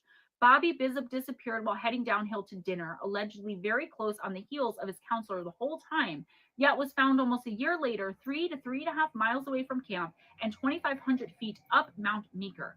People claim to have seen him in Estes Park, 15 miles south of St. Malo, but how would he have gotten there? It's true a 10-year-old boy can be resourceful, but this particular boy was hard of hearing and didn't speak much. He was said to have been hungry when his counselor approached him for dinner and rushing right behind to go get the food, yet he disappeared without a trace within a couple of minutes it took to make it down the hill to the chow hall. How had the counselor not seen or heard anything? How could he possibly not have noticed what had happened to Bobby? What happened to the rest of him, his body? It hadn't been that long after all. Even if eaten by wildlife in the Rocky Mountains, it's the opinion of many experts involved in investigating the case that there should have been more of him left behind. Let's fast forward now, as we know that while some of Bobby's remains were found, there is still so much mystery surrounding this case. The rest of the story is going to be quite hard for many people to hear, as it's an extremely delicate topic. And in fact, some of your most trusted sources for information on the missing purposefully left all of this out. This is what I was talking about in the beginning. I really do hope, I genuinely hope that it wasn't left out to make the case seem more mysterious than it was to exploit poor Bobby and his poor family, right? Maybe it was left out because it was too delicate of a situation to cover on YouTube or wherever someone else was covering it, but I'm not going to do that here. In 2019, the Colorado Attorney General reached an unprecedented agreement with the Archdiocese of Denver, the Diocese of Colorado Springs, and the Diocese of Pueblo that allowed a former U.S. attorney to examine 7 decades of church records and publicly exposed priests who had been credibly accused of sexually abusing children. The resulting report was unflinching, including detailed reports on 43 Colorado priests who molested at least 166 children between 1950 and 2019. It documented systemic failures in the church over the decades, from willfully covering up reports of sexual abuse to repeatedly failing to follow a state law requiring that those allegations be reported to the police. The report even stained Camp St. Malo, finding that its founder, Joseph Bossetti, a revered figure in the Archdiocese of Denver, repeatedly abused a teenage boy in this way back in 1949 and in 1950. It left open the possibility that there were others, noting that the victim had come forward in 2002, but that his report was not contained in Joseph Bossetti's file. As a result, quote, "We are therefore not confident that there was no other abuse by Bossetti, or that the Denver Archdiocese did not know about it before Bossetti abused the teen," end quote. But it wasn't just the camp's founder who was accused. Oh no. The same report exposed sexual abuse on the grounds of Camp St. Malo in the 1950s and the 1960s as well, and it exposed abuse by 2 priests with long ties to the camp, men who served as counselors there for years while they were studying for the priesthood. One was, quote, "the most prolific known clergy child sex abuser in Colorado history," end of quote. A man with at least 63 victims. His name was Father Harold Robert White. It's alleged and claimed that the Denver Archdiocese knew from the outset of Harold White's career that he abused young children, boys specifically, in this particular way. They did nothing to stop him, and in fact, if this is true, they handed him thousands of little boys to do these things to, knowing full well what he was doing. They essentially gave him free rein, allegedly, okay? This makes him one of 2 seminarians who were counselors at Camp St. Malo that summer who have since had accusations of child sexual abuse sustained after a 22-month examination of church records by investigators working for the Colorado Attorney General's office. The other priest allegedly exposed as this kind of abuser while counseling at the camp the day Bobby went missing's name was Neil Hewitt. Neil was accused of abusing at least 18 children in this way during his priesthood. While Harold White died in 2006, Neil Hewitt left the priesthood in 1980 and married, acknowledged that he was among the last to see Bobby, and was the one who found his remains in a gully several miles west of the camp. However, during a talk with a reporter in 2019 outside his Arizona home and again on the phone in November, Hewitt said he, quote, did not do anything, end quote, to Bobby Bizup. Mark Haas, a spokesman for the Archdiocese of Denver, which owned and operated Camp St. Malo, said there are no records that could help explain what happened to Bobby Bizup. Quote, this tragic situation occurred 62 years ago, and no one currently working for the Archdiocese has any direct knowledge of it, end quote. He stated that, quote, we are not in a position to respond to speculation about something that happened 6 decades ago, end quote. Bobby's disappearance was treated as a case of a youngster who simply got lost. A coroner classified his death as likely being the result of, quote, exhaustion and exposure, end of quote, and termed it an accident. The Vatican, quote unquote, defrocked Neil Hewitt in 2018. In May of 2021, though, everything changed. More than 60 years after his disappearance, Bobby's skull was turned over to the FBI by a man named Tom McCroskey. Dr. McCroskey stated that the skull had originally been in the possession of his father, Dr. Joseph McCroskey, a prominent member of the Catholic Church and a very close friend of the priest who was running Camp St. Malo when the little boy vanished. He went on to say that all the way back in 1980, his father passed away, but not before giving it to him and telling him that it could possibly be the skull of a little boy who disappeared from the camp. Nobody knows much else, and as far as Dr. McCroskey is stating, he doesn't know anything else either. There are obvious questions here, though. If he was given the skull in 1980 and told that it could be a missing boy's skull, then why did he only hand it over 21 years later in May of 2021? He claimed that throughout the years, he figured out that the boy was more than likely Bobby Bizup and that he searched for articles and further information regarding the boy in the case. He also claims he couldn't find anything in all of that time until 2021 when he finally came forward to the FBI. He kept the skull stored in a paper bag in his basement almost the entire time since his father had given it to him all of those years ago back in 1980. So he's searching and searching and searching all the time to try to see if he can find more information about Bobby, but he never found anything. Nowadays, if you visit Mount Meeker, you won't hear the laughing of a bunch of school-aged boys playing around in the nearby waters. You won't run into one of them as you go down to fish in one of the streams. There will be no sign at all that way back when there was a summer camp here run by Catholic priests. There will only be the majesty of the mountains themselves and the beautiful silence you can only find on the mountain and deep in the woods surrounding them. There's another silence that I want you all to consider here, though.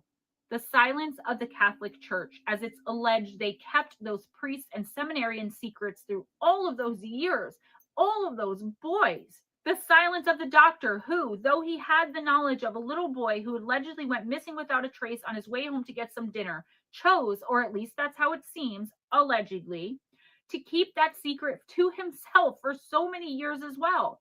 Maybe, too, the silence of some of your most trusted sources for information on disappearances, in the selfish interest of making certain vanishings and deaths seem more mysterious and strange, with the only goal in mind being to sell more books or obtain more views. I won't be silent, though, and when I wrote this script for Missing Persons and Mysteries, that's exactly what I wrote. We won't be silent, though, and Bill really gave me the courage, and Steve, to put this out there. They put it out there, now I'm putting it out there because it's ridiculous. Here are the facts and allegations, raw and sad and shameful on so many different levels as I've come to know them. My heart goes out to any victim of any crime or injustice. To the families who have no answers, despite someone out there somewhere always knowing what really happened. And to Bobby Bizup and his family for the terrible and incredible injustice he and they were done and had to endure for all of these years. It's absolutely unimaginable. It seems there may be hope for an answer soon, as the case has been reopened since the obtaining by the FBI of Bobby's skull. Let's just hope and pray it's not too late. That's all I have for you today, guys. Thank you so much, Bill Melger, for allowing me to reuse this script that I wrote for you. I really appreciate you so much. Guys, if you're somehow not subscribed to Missing Persons Mysteries here on YouTube, go on over and do that, please. Steve Stockton is that silky voice narrator. Bill Melger, the creator, the man behind the scenes.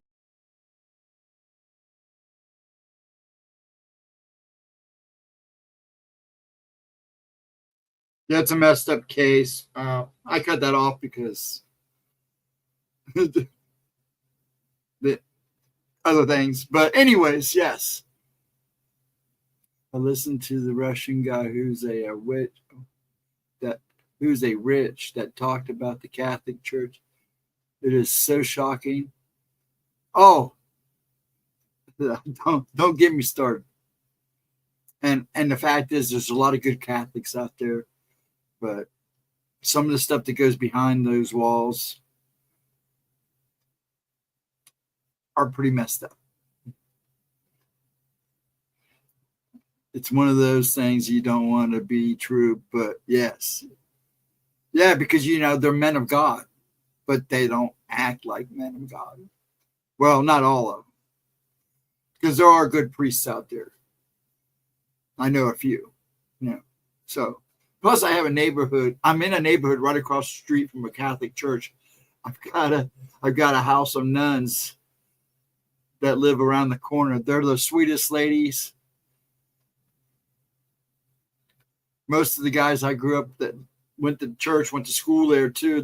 Some of the guys I knew in the neighborhood, kids, I should say, went to school there while we went to the, public school. They never said anything bad. I never heard anything bad. I know. Oh, you went? Oh, really? Didn't see anything bad. Yeah. But just because you don't see it doesn't mean it's going on, as we know. So, but yeah, I never heard anything bad. A lot of these kids still go back. Next weekend I'll be up there for their Labor Day weekend, which always cracks me up. They always have a couple beer trucks there and a wine. And then they have gambling down in the bottom of the church. I don't think a particular religious man would believe in that, but it's good. I go up to see friends that I haven't seen, since school. That's about the only time I get to see them, because I don't go to the reunions anymore. So a lot of them do show up for that. Because I had kids that also went to that church, but went to the public school. But I think there was like 3 kids that were in this neighborhood that I knew that, went their entire school there. Similar type of thing happened with residential schools too. The comment by the Vatican about speculation is crock. Oh, it's always crock. It's, they have a reputation to keep as a holy place. And you don't want unholy things said about that place. And they do hide a lot. I mean, when they were going after these priests, at first they had a lot of issues with the church, fighting them. Oh yeah, for sure. It is. It's already ruined, for sure. Yeah, see, I didn't, like I said before, my ex has grandparents in Estes Park. That's where he went to retire after he left the military. And he retired, then it ended up the whole town got flooded.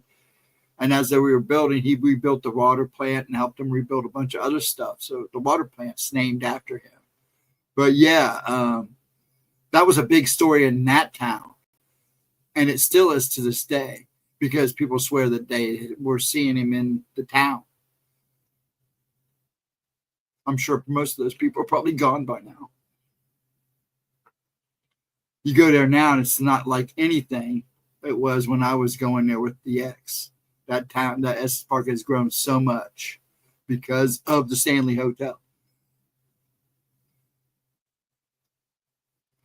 I have some things from there, a locket and a small piece of wax from the candles they lit. Some rituals they did in the May, I think. Really? Wow, that's interesting. Hang on to them. Yeah, they do. Yeah, I think there's, I shouldn't say none. There's 2 nuns that kind of run the house. And then I think there's like 3 sisters or 4 sisters, and they rotate them out. But they're nice. But, you know, it's nice during the summer. They walk around. They go down the cemetery and walk the cemetery and stuff.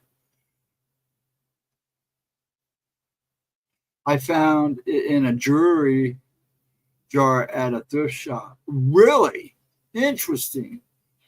Very interesting.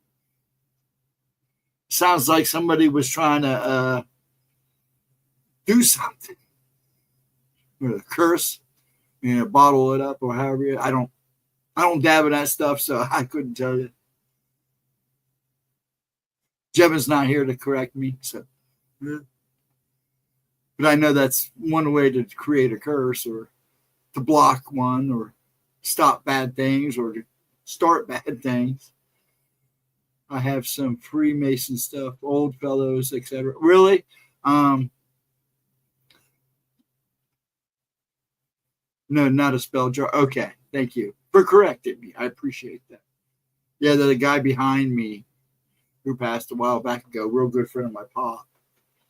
He was a Freemason. He was one of those, were they 32 degrees? And when he passed, man, now you're talking about an interesting funeral. He had a regular funeral. Then before they moved him to the cemetery, the Masons came in and did a whole nother, like, it looked like a ritual over him. And it was kind of wow. It's like, man, it's jars they put. Oh, it's jars they put jewelry on, put jewelry in to sell. I have practiced myself. Okay. Thank you. Okay. Appreciate that.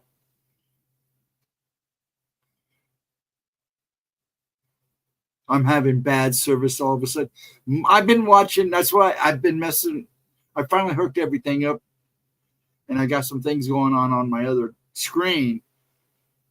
And I'm noticing some of my texts, some of my notifications are letting me know I'm having signal problems. But right now, other than that one little moment, everything seems to be running okay. I know a spell jar. See, I know a spell jar when I see it, but the way you described it, that's what I thought. I've seen them before. I've actually held one in my hand and then gave it up when they told me what it was. It was like, you can have it back. Yeah. Oh, I know. There could be anything in there, actually. I've heard all kinds of stuff being put in there. So, yeah.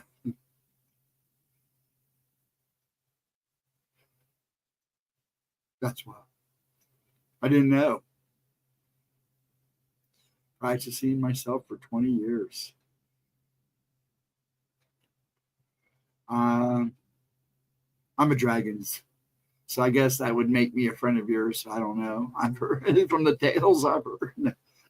That and Wizards. A couple thousand years ago, Wizard tried to kind of chain me up, and so far Gemma's been the only one. I ate him. It was good. I made him extra crunchy and had him with ketchup. Hey, Johnny Ramosa. Where's the video? You missed it. I played 3. Yeah, I do 3. I do usually 2, but I did 2 short ones and a fairly decent long one. You can go back and watch them. You're more than welcome to. Yeah, they I start a little bit at about 20 after when I start the show, 20, 25 minutes after I start the show, depending on how we talk. But yeah, I do 3 of her older videos. I don't know if you knew this. That's what they are. All 3 of them are about 3 years old. The first 2 run about 12 minutes, and then the second one was a little bit longer. They were all missing persons and disappearances, so this time around. So yeah, if you don't go back and watch them now, yeah, you can go back later and watch them, or go back in the catalog and watch them. I always suggest everybody go back to catalogs, anybody's catalog. You're more, yeah, see ya. Yeah, please do. You're more than welcome to. The little talking in between, but you're good. Go enjoy. All good. And thanks for coming in and saying hi.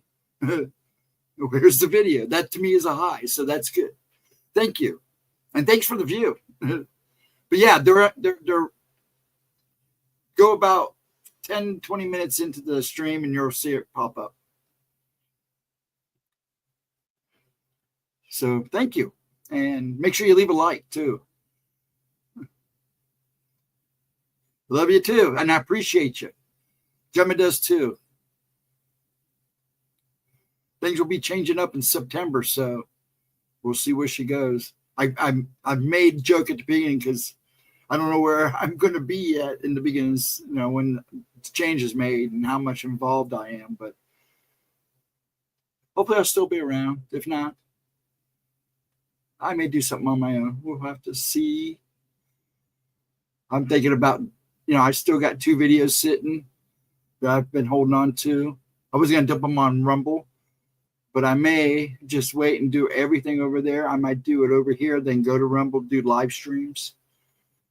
But you got to have so many in your, you have to have so many subscribers before you, I believe, you stream over there. So I'll have to run some video. I'll have to do a couple more stuff before, at least that's what I was told. I'll have to go back and relook because I know they changed things up a bit. But yeah, I'm going, that's just in case I ever move on from here. Right now, I save all my fun for Gem. I like being here. I enjoy her company.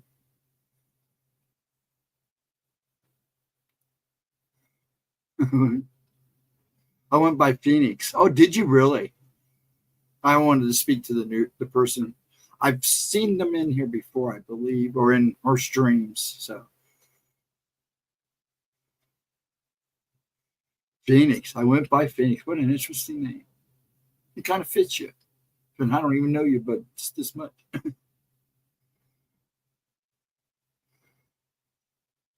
Just making sure I didn't miss anybody, but I've pretty much kept up with everybody tonight, which is nice.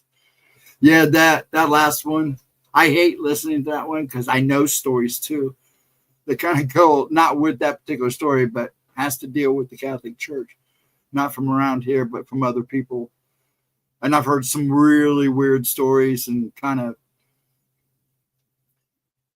talked to this one it was a family actually. And it was in 83. We were at a diner and we were asking, there was a little Catholic church in this town. And I asked about the church because it was an old church. I mean, you could tell it'd been there for a long time.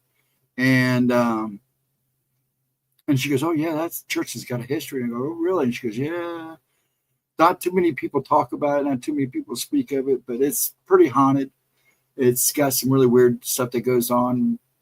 They still hold services, and things have been known to interrupt the service and stuff. So, but you have a tattoo of one as well. Yeah, unfortunately, I can't get tattoos. Yeah, can't do it. I shake too much. I can see that guy trying to hold still. I think I have a hard enough time getting a haircut. That and I heal real fast, but I bleed a lot. So until I can get it stopped, and then it heals right up. So I'm kind of a bleeder, I guess.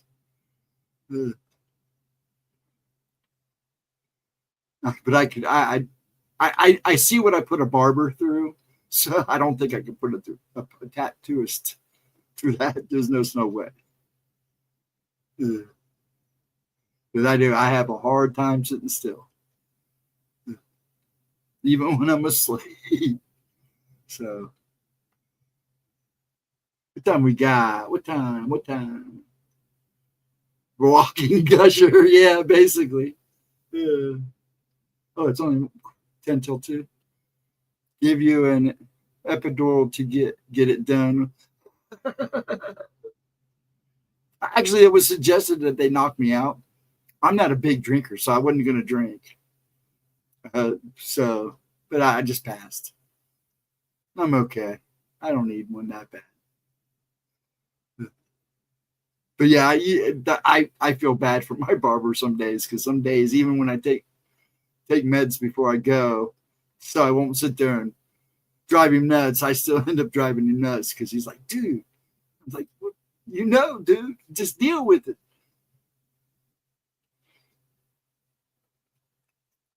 Yeah. But that wouldn't be a bad idea if I really wanted one. Knock my butt out cold. Thing is, even in surgery, I've been known to wake up. In fact, I have woken up during surgeries. And it's like one time they had to knock me out so bad, they literally me. And I woke up, well, I don't know how long. That's one of the ones I don't really know. Nobody has really given me a time how long I was gone. But it couldn't have been too long. But it felt like forever, because I held a conversation with somebody before I saw a flash, and I was like, holy crap. Now, the surgery's done, Steve, but we were trying to keep you alive during it. And I'm like, I don't want to hear anymore. And I've experienced enough already. And one time I actually woke up and told the guy, I'm awake. I can feel that. And he's like, no way. And they had my neck open. I'm like, hey. He's like, oh my God. We almost knocked you dead, passed out, gone for good to get you this to sleep, and you're still awake. And then the nurse said, well, his hands were twitching, but I don't know, because they knew I had a neurological issue, but at that time they didn't know really what it was. And I didn't think it, I just figured it was just twitching, And the doctors, that was an interesting day.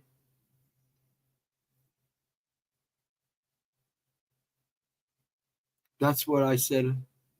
Epidural, it might stop the shakes, but you'd still be awake. They've tried everything. I never thought about an epidural, but yeah, I've been a couple times. I've come back 4 times now. So yeah, I've had a couple of any near-death experiences. Sorry. Quite a few, actually, around this phone. Actually, I believe it's 5. Car crash, sick in the hospital, surgery table. That's right. And then I tried an experimental medicine for the Tourette's, and I had a reaction to it. My son found me in this chair. It was my desk was facing that wall behind me, and I was all slumped over.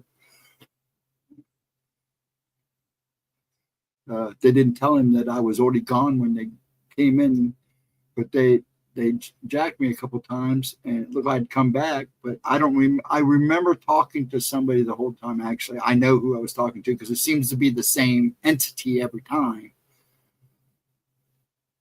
And next thing I know, I'm waking up, being rolled in, where they literally was tagging me, apparently, before they put me through the door, because they didn't. It was just not good.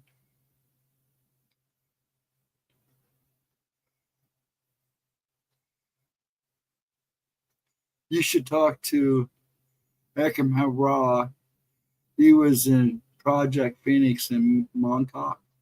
His YouTube channel is Disclosure now. Oh, I'm sure it is. 1 second. I'm going to call.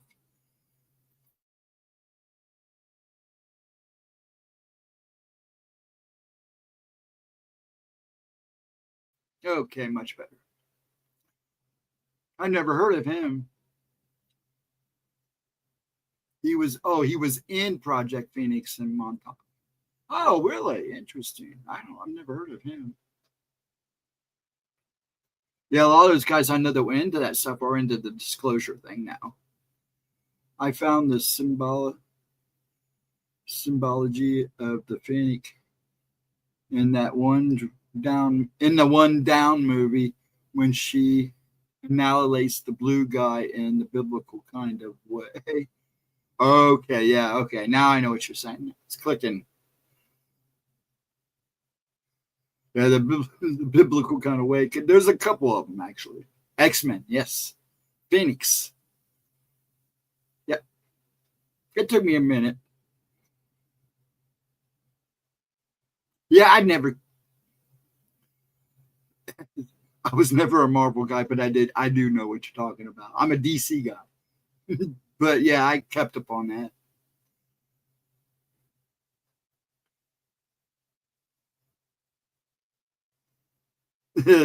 Autocorrect screws me on my phone all the time.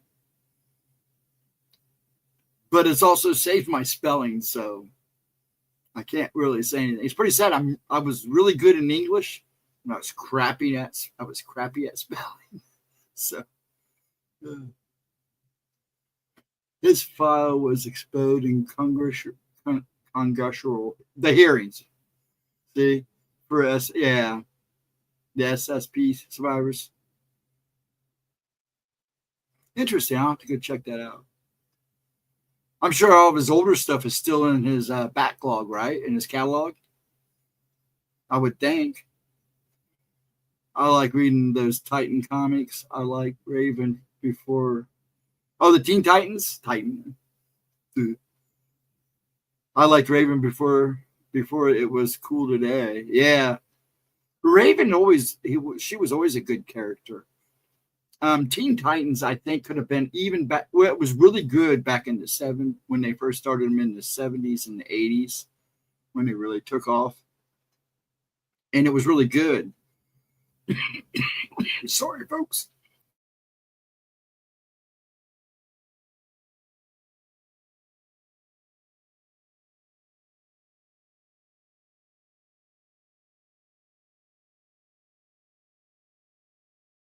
So sorry about that. But yeah, Raven was a great character. Robin, Nightwing, that's pretty much when he converted over to Nightwing, was a better character than too. I've done so much to these characters now. I went back to reading mangas, so I mean, I still get my pool, and I still read them, and they're trying to bring them back. I think they went through their little phase, and now they're slowly getting back. Yeah, I got to go get my copies of the Justice League versus Godzilla. And I think Marvel did one too, and I don't have that one. And that's, I believe, is an older book, but I think they redid it.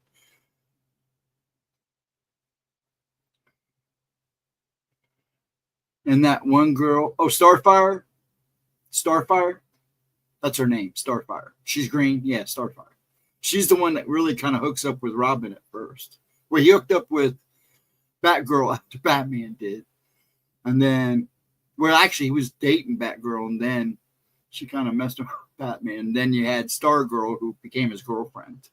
Actually, the TV show was really good. The show they did, the Teen Titans show they did, only problem was they kind of messed with things, and then that's kind of why it didn't really come back. Because they could have carried on with it, and it would have been a really good show. Because they could have corrected certain things real easy. But I don't know why they stopped. It's okay. So I'm coughing too. but I suspect it's the Gorilla Glue that's the cause. No, what happens is I get tremors, and then it just, sometimes they're more internal than they are external. You can see me shaking, but it really gets my chest going, my heart going. GG for batter for me. Batter for me.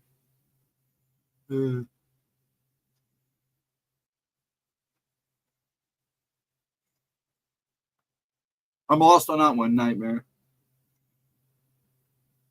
Oh, GG number 4 batter for me. Oh, okay. I'm okay. So I told you, I just was so crazy before this stream. And I got hit with a lot of stuff really fast, and I don't know why, but at least my camera's working now. And this has been a good camera. I don't know what I did. But I don't even know what I did to fix it, to be quite honest. It was just one of those fluky things. Uso knows. Uso.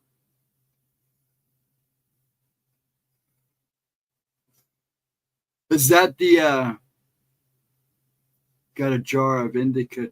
Oh, I gotta watch what I say. The YouTube probably won't say nothing about it, so just be careful. Uso, because they are cracking down on that talk too. Yeah, I know. Thank you. I'm a sativa guy myself. It helps the tremors. Believe it or not, it actually helps my tremors and the pain a lot better, because what happens is I get the tremors, and if they're really bad, what happens after the really bad ones is I have really bad muscle spasms, and then I get these cramps like Charlie horses in my arms and my legs, and oh my God, it is a nightmare, and the pain level shoots from like an 8 to a 15 in just minutes. And if it hangs around, I have to go hide from everybody, because then I get on edge. YouTube boot. Yeah, well, you know, there used to be a bunch of channels like that on YouTube live. And good luck finding them now. You might find a couple of them, but yeah, they pretty much went, stop that. Well, they found, you know, because they weren't listing them as, yeah, good old nightmare. They weren't listing them as 18 plus, so you know the kids were watching them and stuff. A lot of them were really late at night too, but you know how time works in other places. So. Yes, it is walking on eggshells anymore, and it's going to get worse.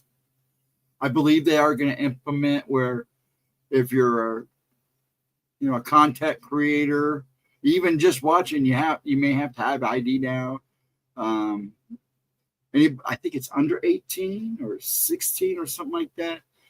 I won't be allowed to run content anymore, and parents have to, because of certain kids being taken advantage of and these family stuff that they do, they're cracking down on that. But you know, I understand all that and all the craziness that goes with that, but it affects everybody in one way or another. Bring out the table. Yeah. Is that the table flip? Yeah. He does really good with those. I have a keyboard, so I don't have all those fancy little buttons. But man, he's got it down great, man. He's impressive. He amazes me. I had a buddy that used to do that with an old Nokia phone. He would do all kinds of crazy stuff. It's like, wow.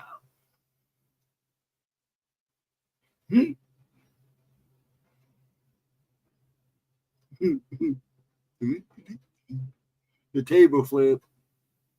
Yeah, so it'll be interesting how it's funny, because what YouTube is doing, if you notice, you're seeing a lot more content creators on YouTube also doing Rumble and some of the other ones. And what they'll do is like they'll do a video and do like a special one for YouTube, what they'll do is the one for, from what I understand, they do the one for Rumble, and then they edit out all the stuff that you can't say on YouTube, and then put it on YouTube. Write a word with a calculator. Yeah, we used to do that, but it just amazed me because this guy had one of those little Nokia phones, man, and some of the stuff he did was impressive. It's like, holy crap. I know the calculator, the old B808, the 8008. That was a big joke back in school. Oh, in grade school, look.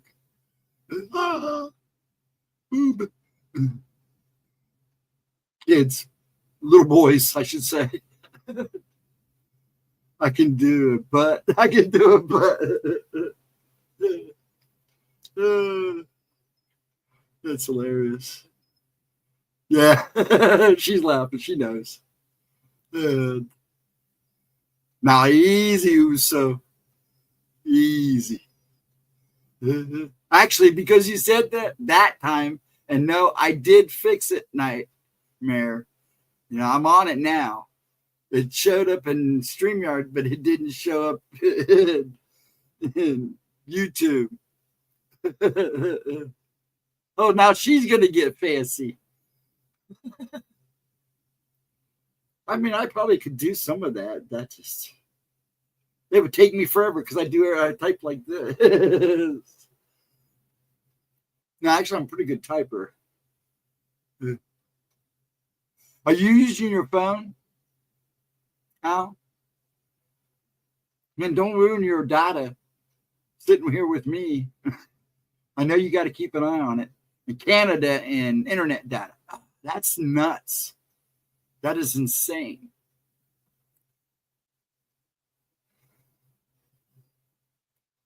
I got 10 likes and 5 viewers for his late. I mean, I couldn't believe last with the other night. Was it Wednesday night?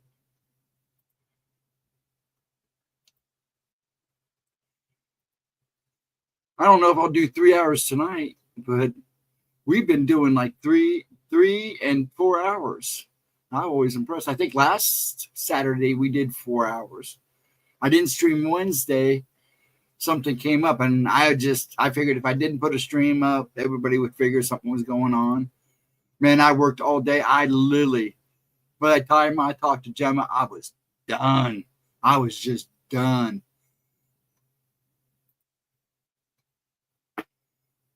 It's a copy and paste from a website because most of those symbols are not on your keyboard. No, none of them. I'm looking for all these symbols like he's using. I'm like, well, that's not there, and that's not there. I know they're on, well, not even on your old phone anymore. Well, I guess they are.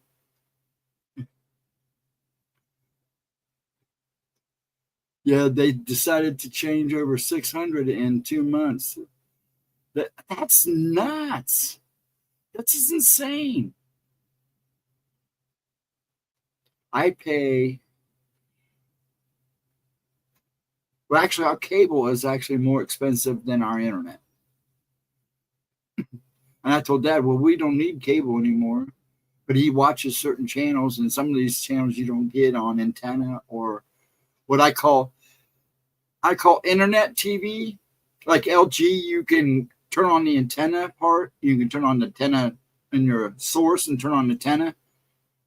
And since your LG is internet, it will actually give you IP addresses of all these free channels.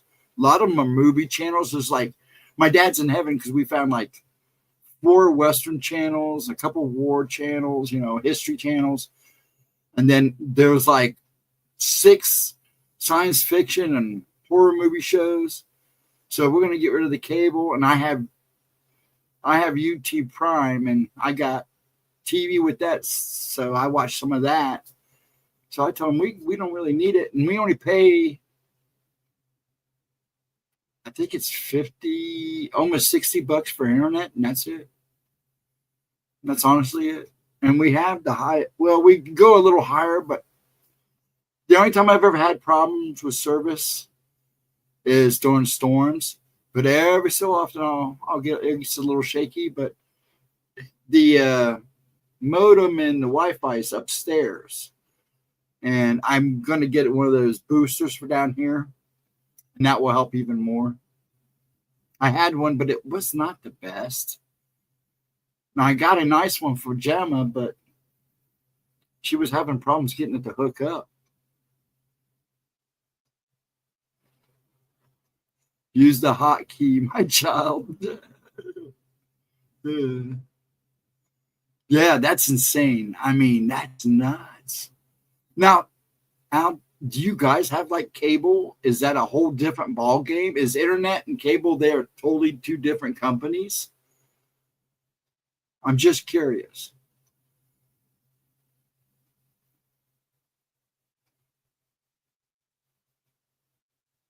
I'm just scared because I always wondered how it ran in other countries, how they did that. In Windows, it's called character map. Oh, is that what it is? Okay. I never even knew that.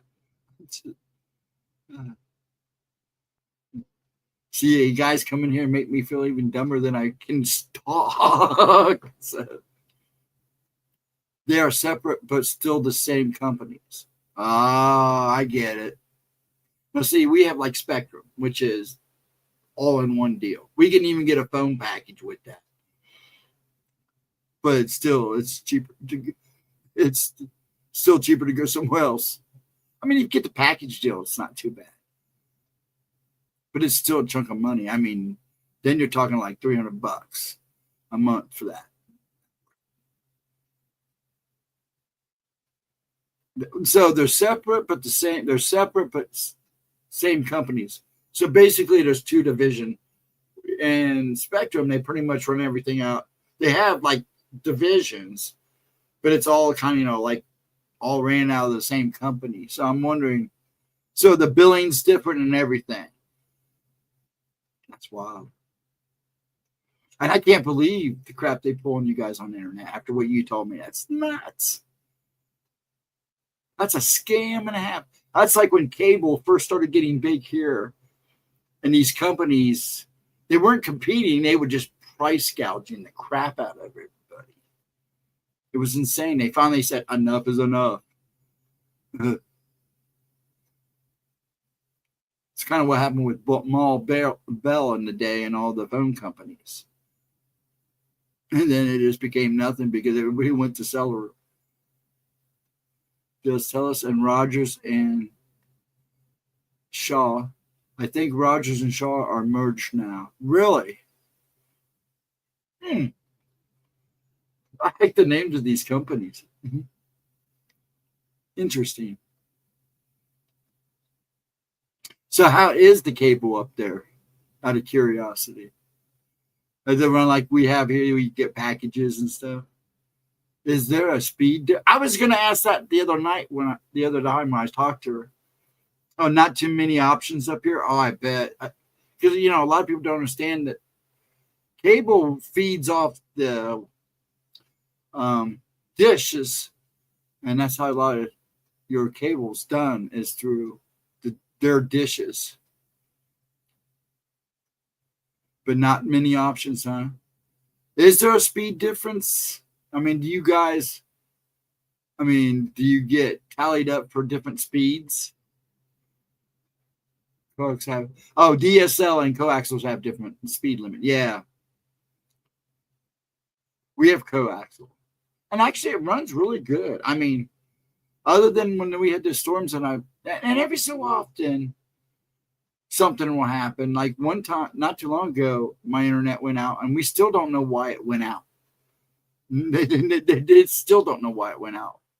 But it was out for like an hour, almost 2 hours. And they still never figured out the problem, but they got it back on. I'm saying, how do you not figure out the problem, but yet you got it to turn back on? They don't use cable because it's a ridiculously expensive. I just pay for the family YouTube subscription, and that's be fine for me. Hey, sometimes that's the best way to do it. Seriously, that is really the best way. I mean, nowadays, you take the cheapest route, and just hope for the best. Yeah, there is a speed difference. Oh, yeah. I'm sure there is between DSL and coaxial. So are you coaxial? Are you line fed or are you all Wi-Fi? I take it you're all Wi-Fi, right? You have a modem? Or a modem and a Wi-Fi? I'd like to get one of the Wi-Fi modems all in one. Because that's another thing. That's one thing here they get you for is like they charge you for the cable box also. And then they also charge you for the modem and the Wi-Fi because they're two different units. We upgraded to 2 new units. And then after we upgraded, we found out we could have gotten one with all in one, but it was the box itself was a little more pricier. And I was like, forget it.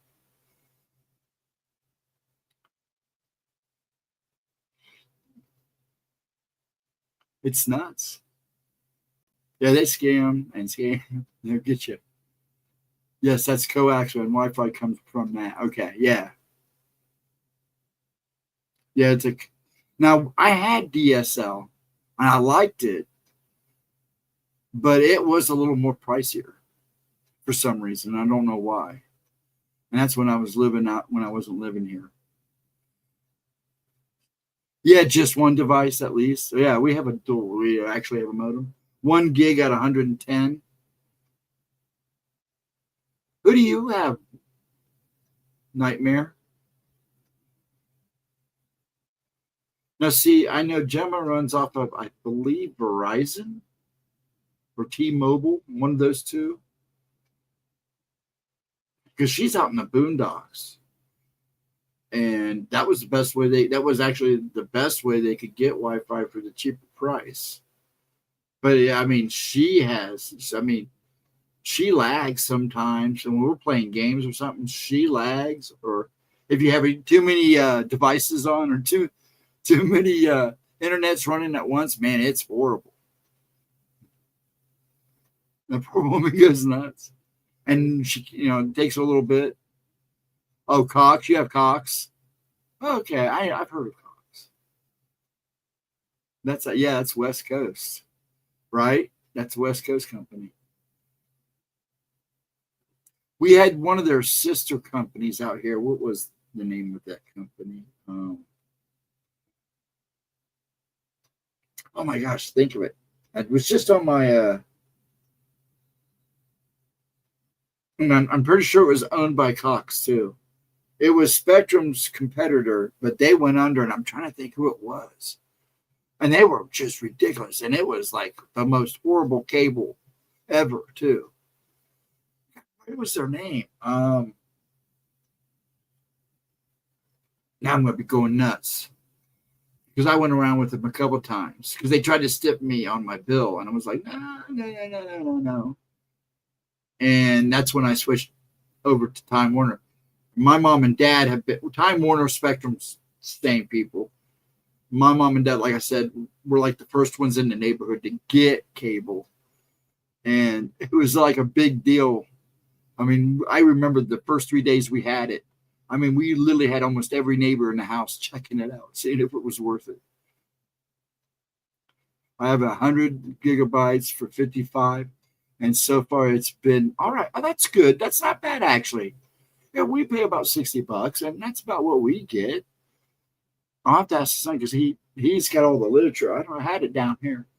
I just get it, and we all just try to pay for it. But anyways, everything on my phone is on data saver though, and I still try to download videos when I'm at a Wi-Fi spot like the gas station.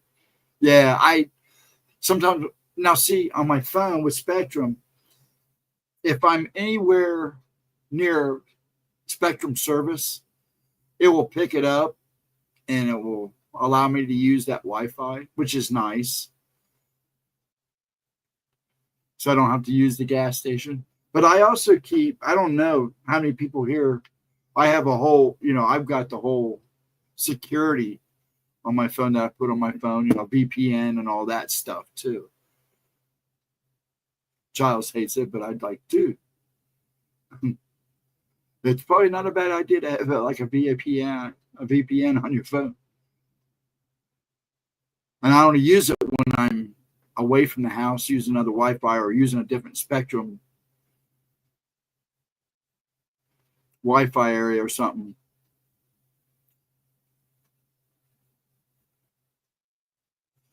Rogers and Tullis do that too, but you have to have an account with them. Yeah, that's the thing. You have to have an account with Spectrum. But it's nice because if I walk in, my phone will literally tell me, hey, okay, you're in range of a Spectrum service provider. And it just clicks me into my account. Most gaming devices need, 15. See, I don't game on my PC. I know he does upstairs, so he's decked out upstairs. For online playing another, and the 15 per system. Yeah, I know he's decked up. So I don't play games, so I didn't push. My unit is basically, my tower is basically research. I'm trying to play with AI a little bit, and I like graphic arts. So since I really having a hard time drawing now, I've gone to like painting models and gargoyles and stuff and messing around with this thing. Because it came with a pretty neat little graphics program, so I'm learning that. I never did when I first got it. Now I'm at night when I'm bored with everything else and sick of Discord, this is what I do. Or when I'm bored, I'll come in here and piddle around, try to get the use of it. I'm still a little fuzzy on the AI stuff, but it seems pretty basic. Once I sit down and really play with that. Game download and update are not included. Yeah. But see, this is why I do everything out of my console. Now they say, your console's best internet. Oh, excuse me, is when you're directly hooked up. But the Wi-Fi, I get the Wi-Fi is good enough that if I have a problem on my PS or on any of my systems that have Wi-Fi, it's usually because of their servers. Now I was playing Mortal Kombat 1 and playing live with other players. You go in and there's people all of a sudden will just, okay, I'll fight you. And there was a couple times I had glitches in some of those fights, and I'm pretty sure it was just a connection to their servers, not maybe PlayStation, but to the Mortal Kombat servers. Now, I will admit, I haven't needed to go get the extra terabytes for my PS. I don't download. I have a few download games, but I prefer the discs, and you have to download them. So I always try to keep, like 3 or 4 games going. If you're doing art, just take a look at other user prompts to get an example of join the app's Discord to get more information. I had thought about doing that. I kind of miss anymore. It's just like if I get a few minutes, I come in here and piddle with it. As you can see, I've been learning to mess with just the basics. I did the screen, just putting words on. I'm just messing around with the little stuff and just taking little baby steps. Starry is easy to use, but they have limited their services for free. Users big time. Okay. I mean, I don't want to pay for something that until it's worth me paying for, until I'm good enough and I understand it good. That's the problem with me now is I've been running around. I messed with, and I do piddly stuff like that, and that wasn't hard. I mean, you can basically kid stuff there. But I'm trying. I'm learning. I did so much years of research and stuff for other people. I really stopped messing with stuff that I probably should have been messing with and gotten better at. So now I'm like this old man trying to learn something that you young folks know. So yeah, I'm a little behind the times, but I'm trying to catch up. Understandable. They do have options to earn. Oh, really? Cool. I mean, it's okay. Yeah, because I do want to learn. And that's one of the things that interests me, only because I want to understand AI a little bit more. I understand it now, but I want to understand a lot more than I do now, because I still feel like a ding dong when people talk about AI. And I want to know all about all the AIs that are out there, like the GBT, the chatbots, and everything else. Because I've seen some weird stuff, and I want to get it. And like the art stuff, I've seen some people do art stuff that's just outright creepy. And it's like, all I did was tell to do this, and it just kept progressing and got creepier and creepier. And I'm like, whoa. They used to offer watching ads until you reach 20, and then but they took that away. Yeah, a lot of companies did that in similar fashions in other things too, where you dealt with the commercials. After you hit so many commercials, you get a little bit more time and less commercials. So it's neat that a company's still doing it, but apparently they took that away too. So I missed what Nightmare said up there. Online streaming standard definition consumes, about 1 gigabyte per hour. Well, high definition, I'm sure about 3. I always thought it was like 4 or 5. And that's probably your 4K, which is probably about 7 or 8. I saw one television, I think it was 5K or something like that. I'm like, I'm just fine with the TV. Heck, I'd still be all right with an old tube TV, It's like, I had a regular standard TV that I had for years. It was actually a hotel television. And I worked for a guy for a short time, helping him out install hotel. What they would do is they go in and replace them, or if a new hotel opened in the day, they would put new TVs in. Well, when they took all the old TVs out and put the flat screens in, he sold me one of the TVs for $25. I had that thing for like ever. I actually sold it to a guy for $10. He says it's still playing, and it still has some of the best color he ever had. And it was I think it was an old Samsung.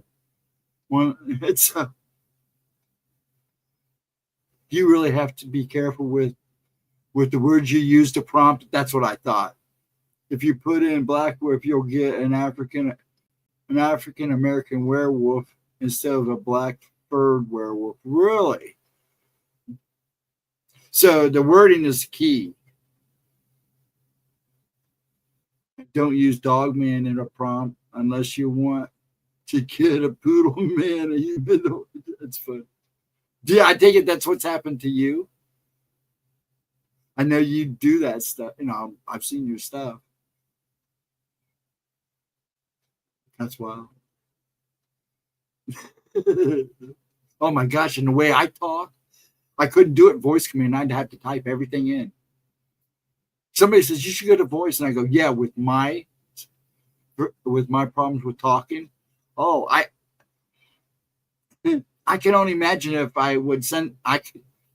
Sometimes I'll send Gemma a voice text, and she has to read the transcript, and even the transcript is all screwed up. Yeah, I bet. So I can only imagine if I use voice to that, it would be horrible. So yeah, I'm gonna. But you type most of that stuff in anyways. I was watching a guy mess with. I was watching this one guy, and I can't remember the channel. I just happened to stumble on one late one night, and he wasn't even paying attention to the channel, and that's what he was showing. Him creating. What was he? He was doing a mountain scene or something with a jet flying over and all this stuff. It was like, this is kind of cool. Bigfoot is so hard to get to look more human in the face, and the crawlers are difficult too. I'll be at these things for hours sometimes. Really? Yeah, one crawler you did, man, I'm serious. It literally looked like one of the ones I seen, one of the pair crawlers I saw. I mean, almost identical. And to me, that wasn't a pair crawler. To me, I've seen these things and I know rakes are a creepypasta thing, but when I first heard the creepypasta, because I knew about pair crawlers, but the creepypasta on some of the ones I've seen, because I've seen a couple of them, they read more like the things I'd see. And I visioned more of the things I see when I read the creepypastas of those. The pair crawlers, I always seen them around creeks and stuff. So I can only imagine you trying to get that on. I'm babbling. I'm getting tired. Like I said, it's been a full few days. But I can only imagine. Because, the AI is trying to make decisions on because it's literally just pulling stuff out off the internet. Isn't it right? Isn't that what it does? It took a bit to get that result.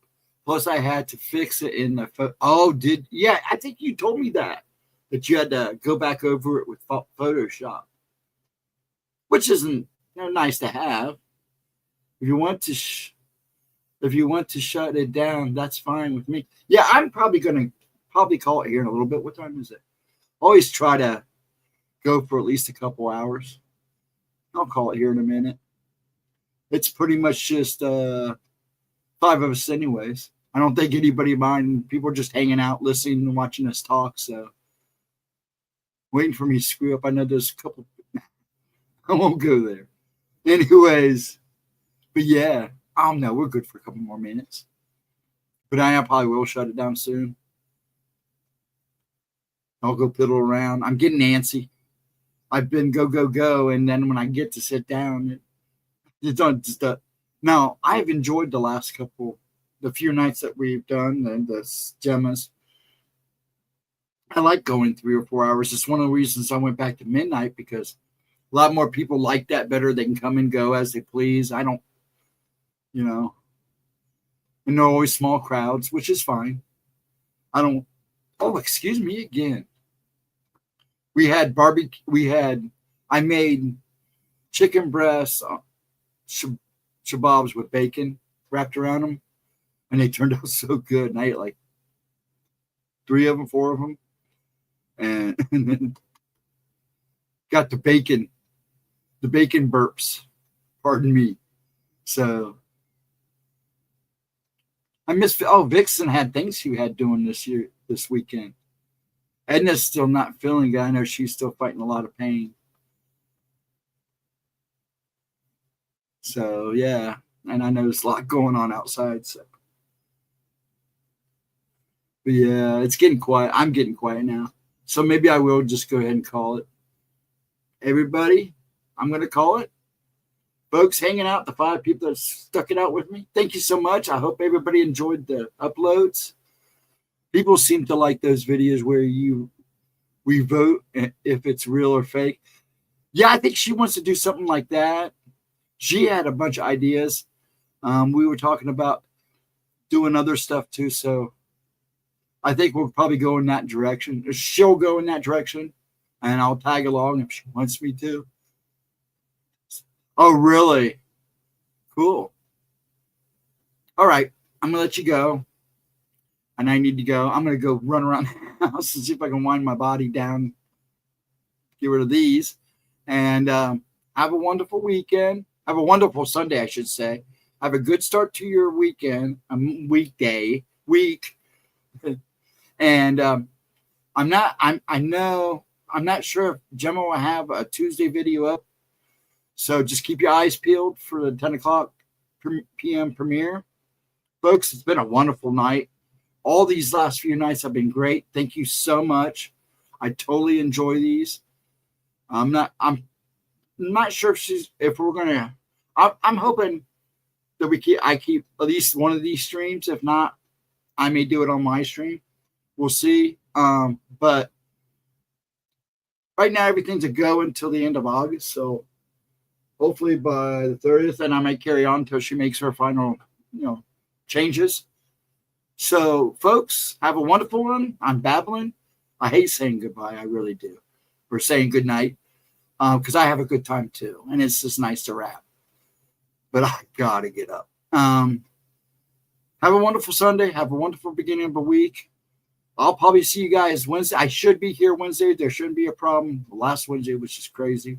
And there was no way that you guys would have been able to deal with me.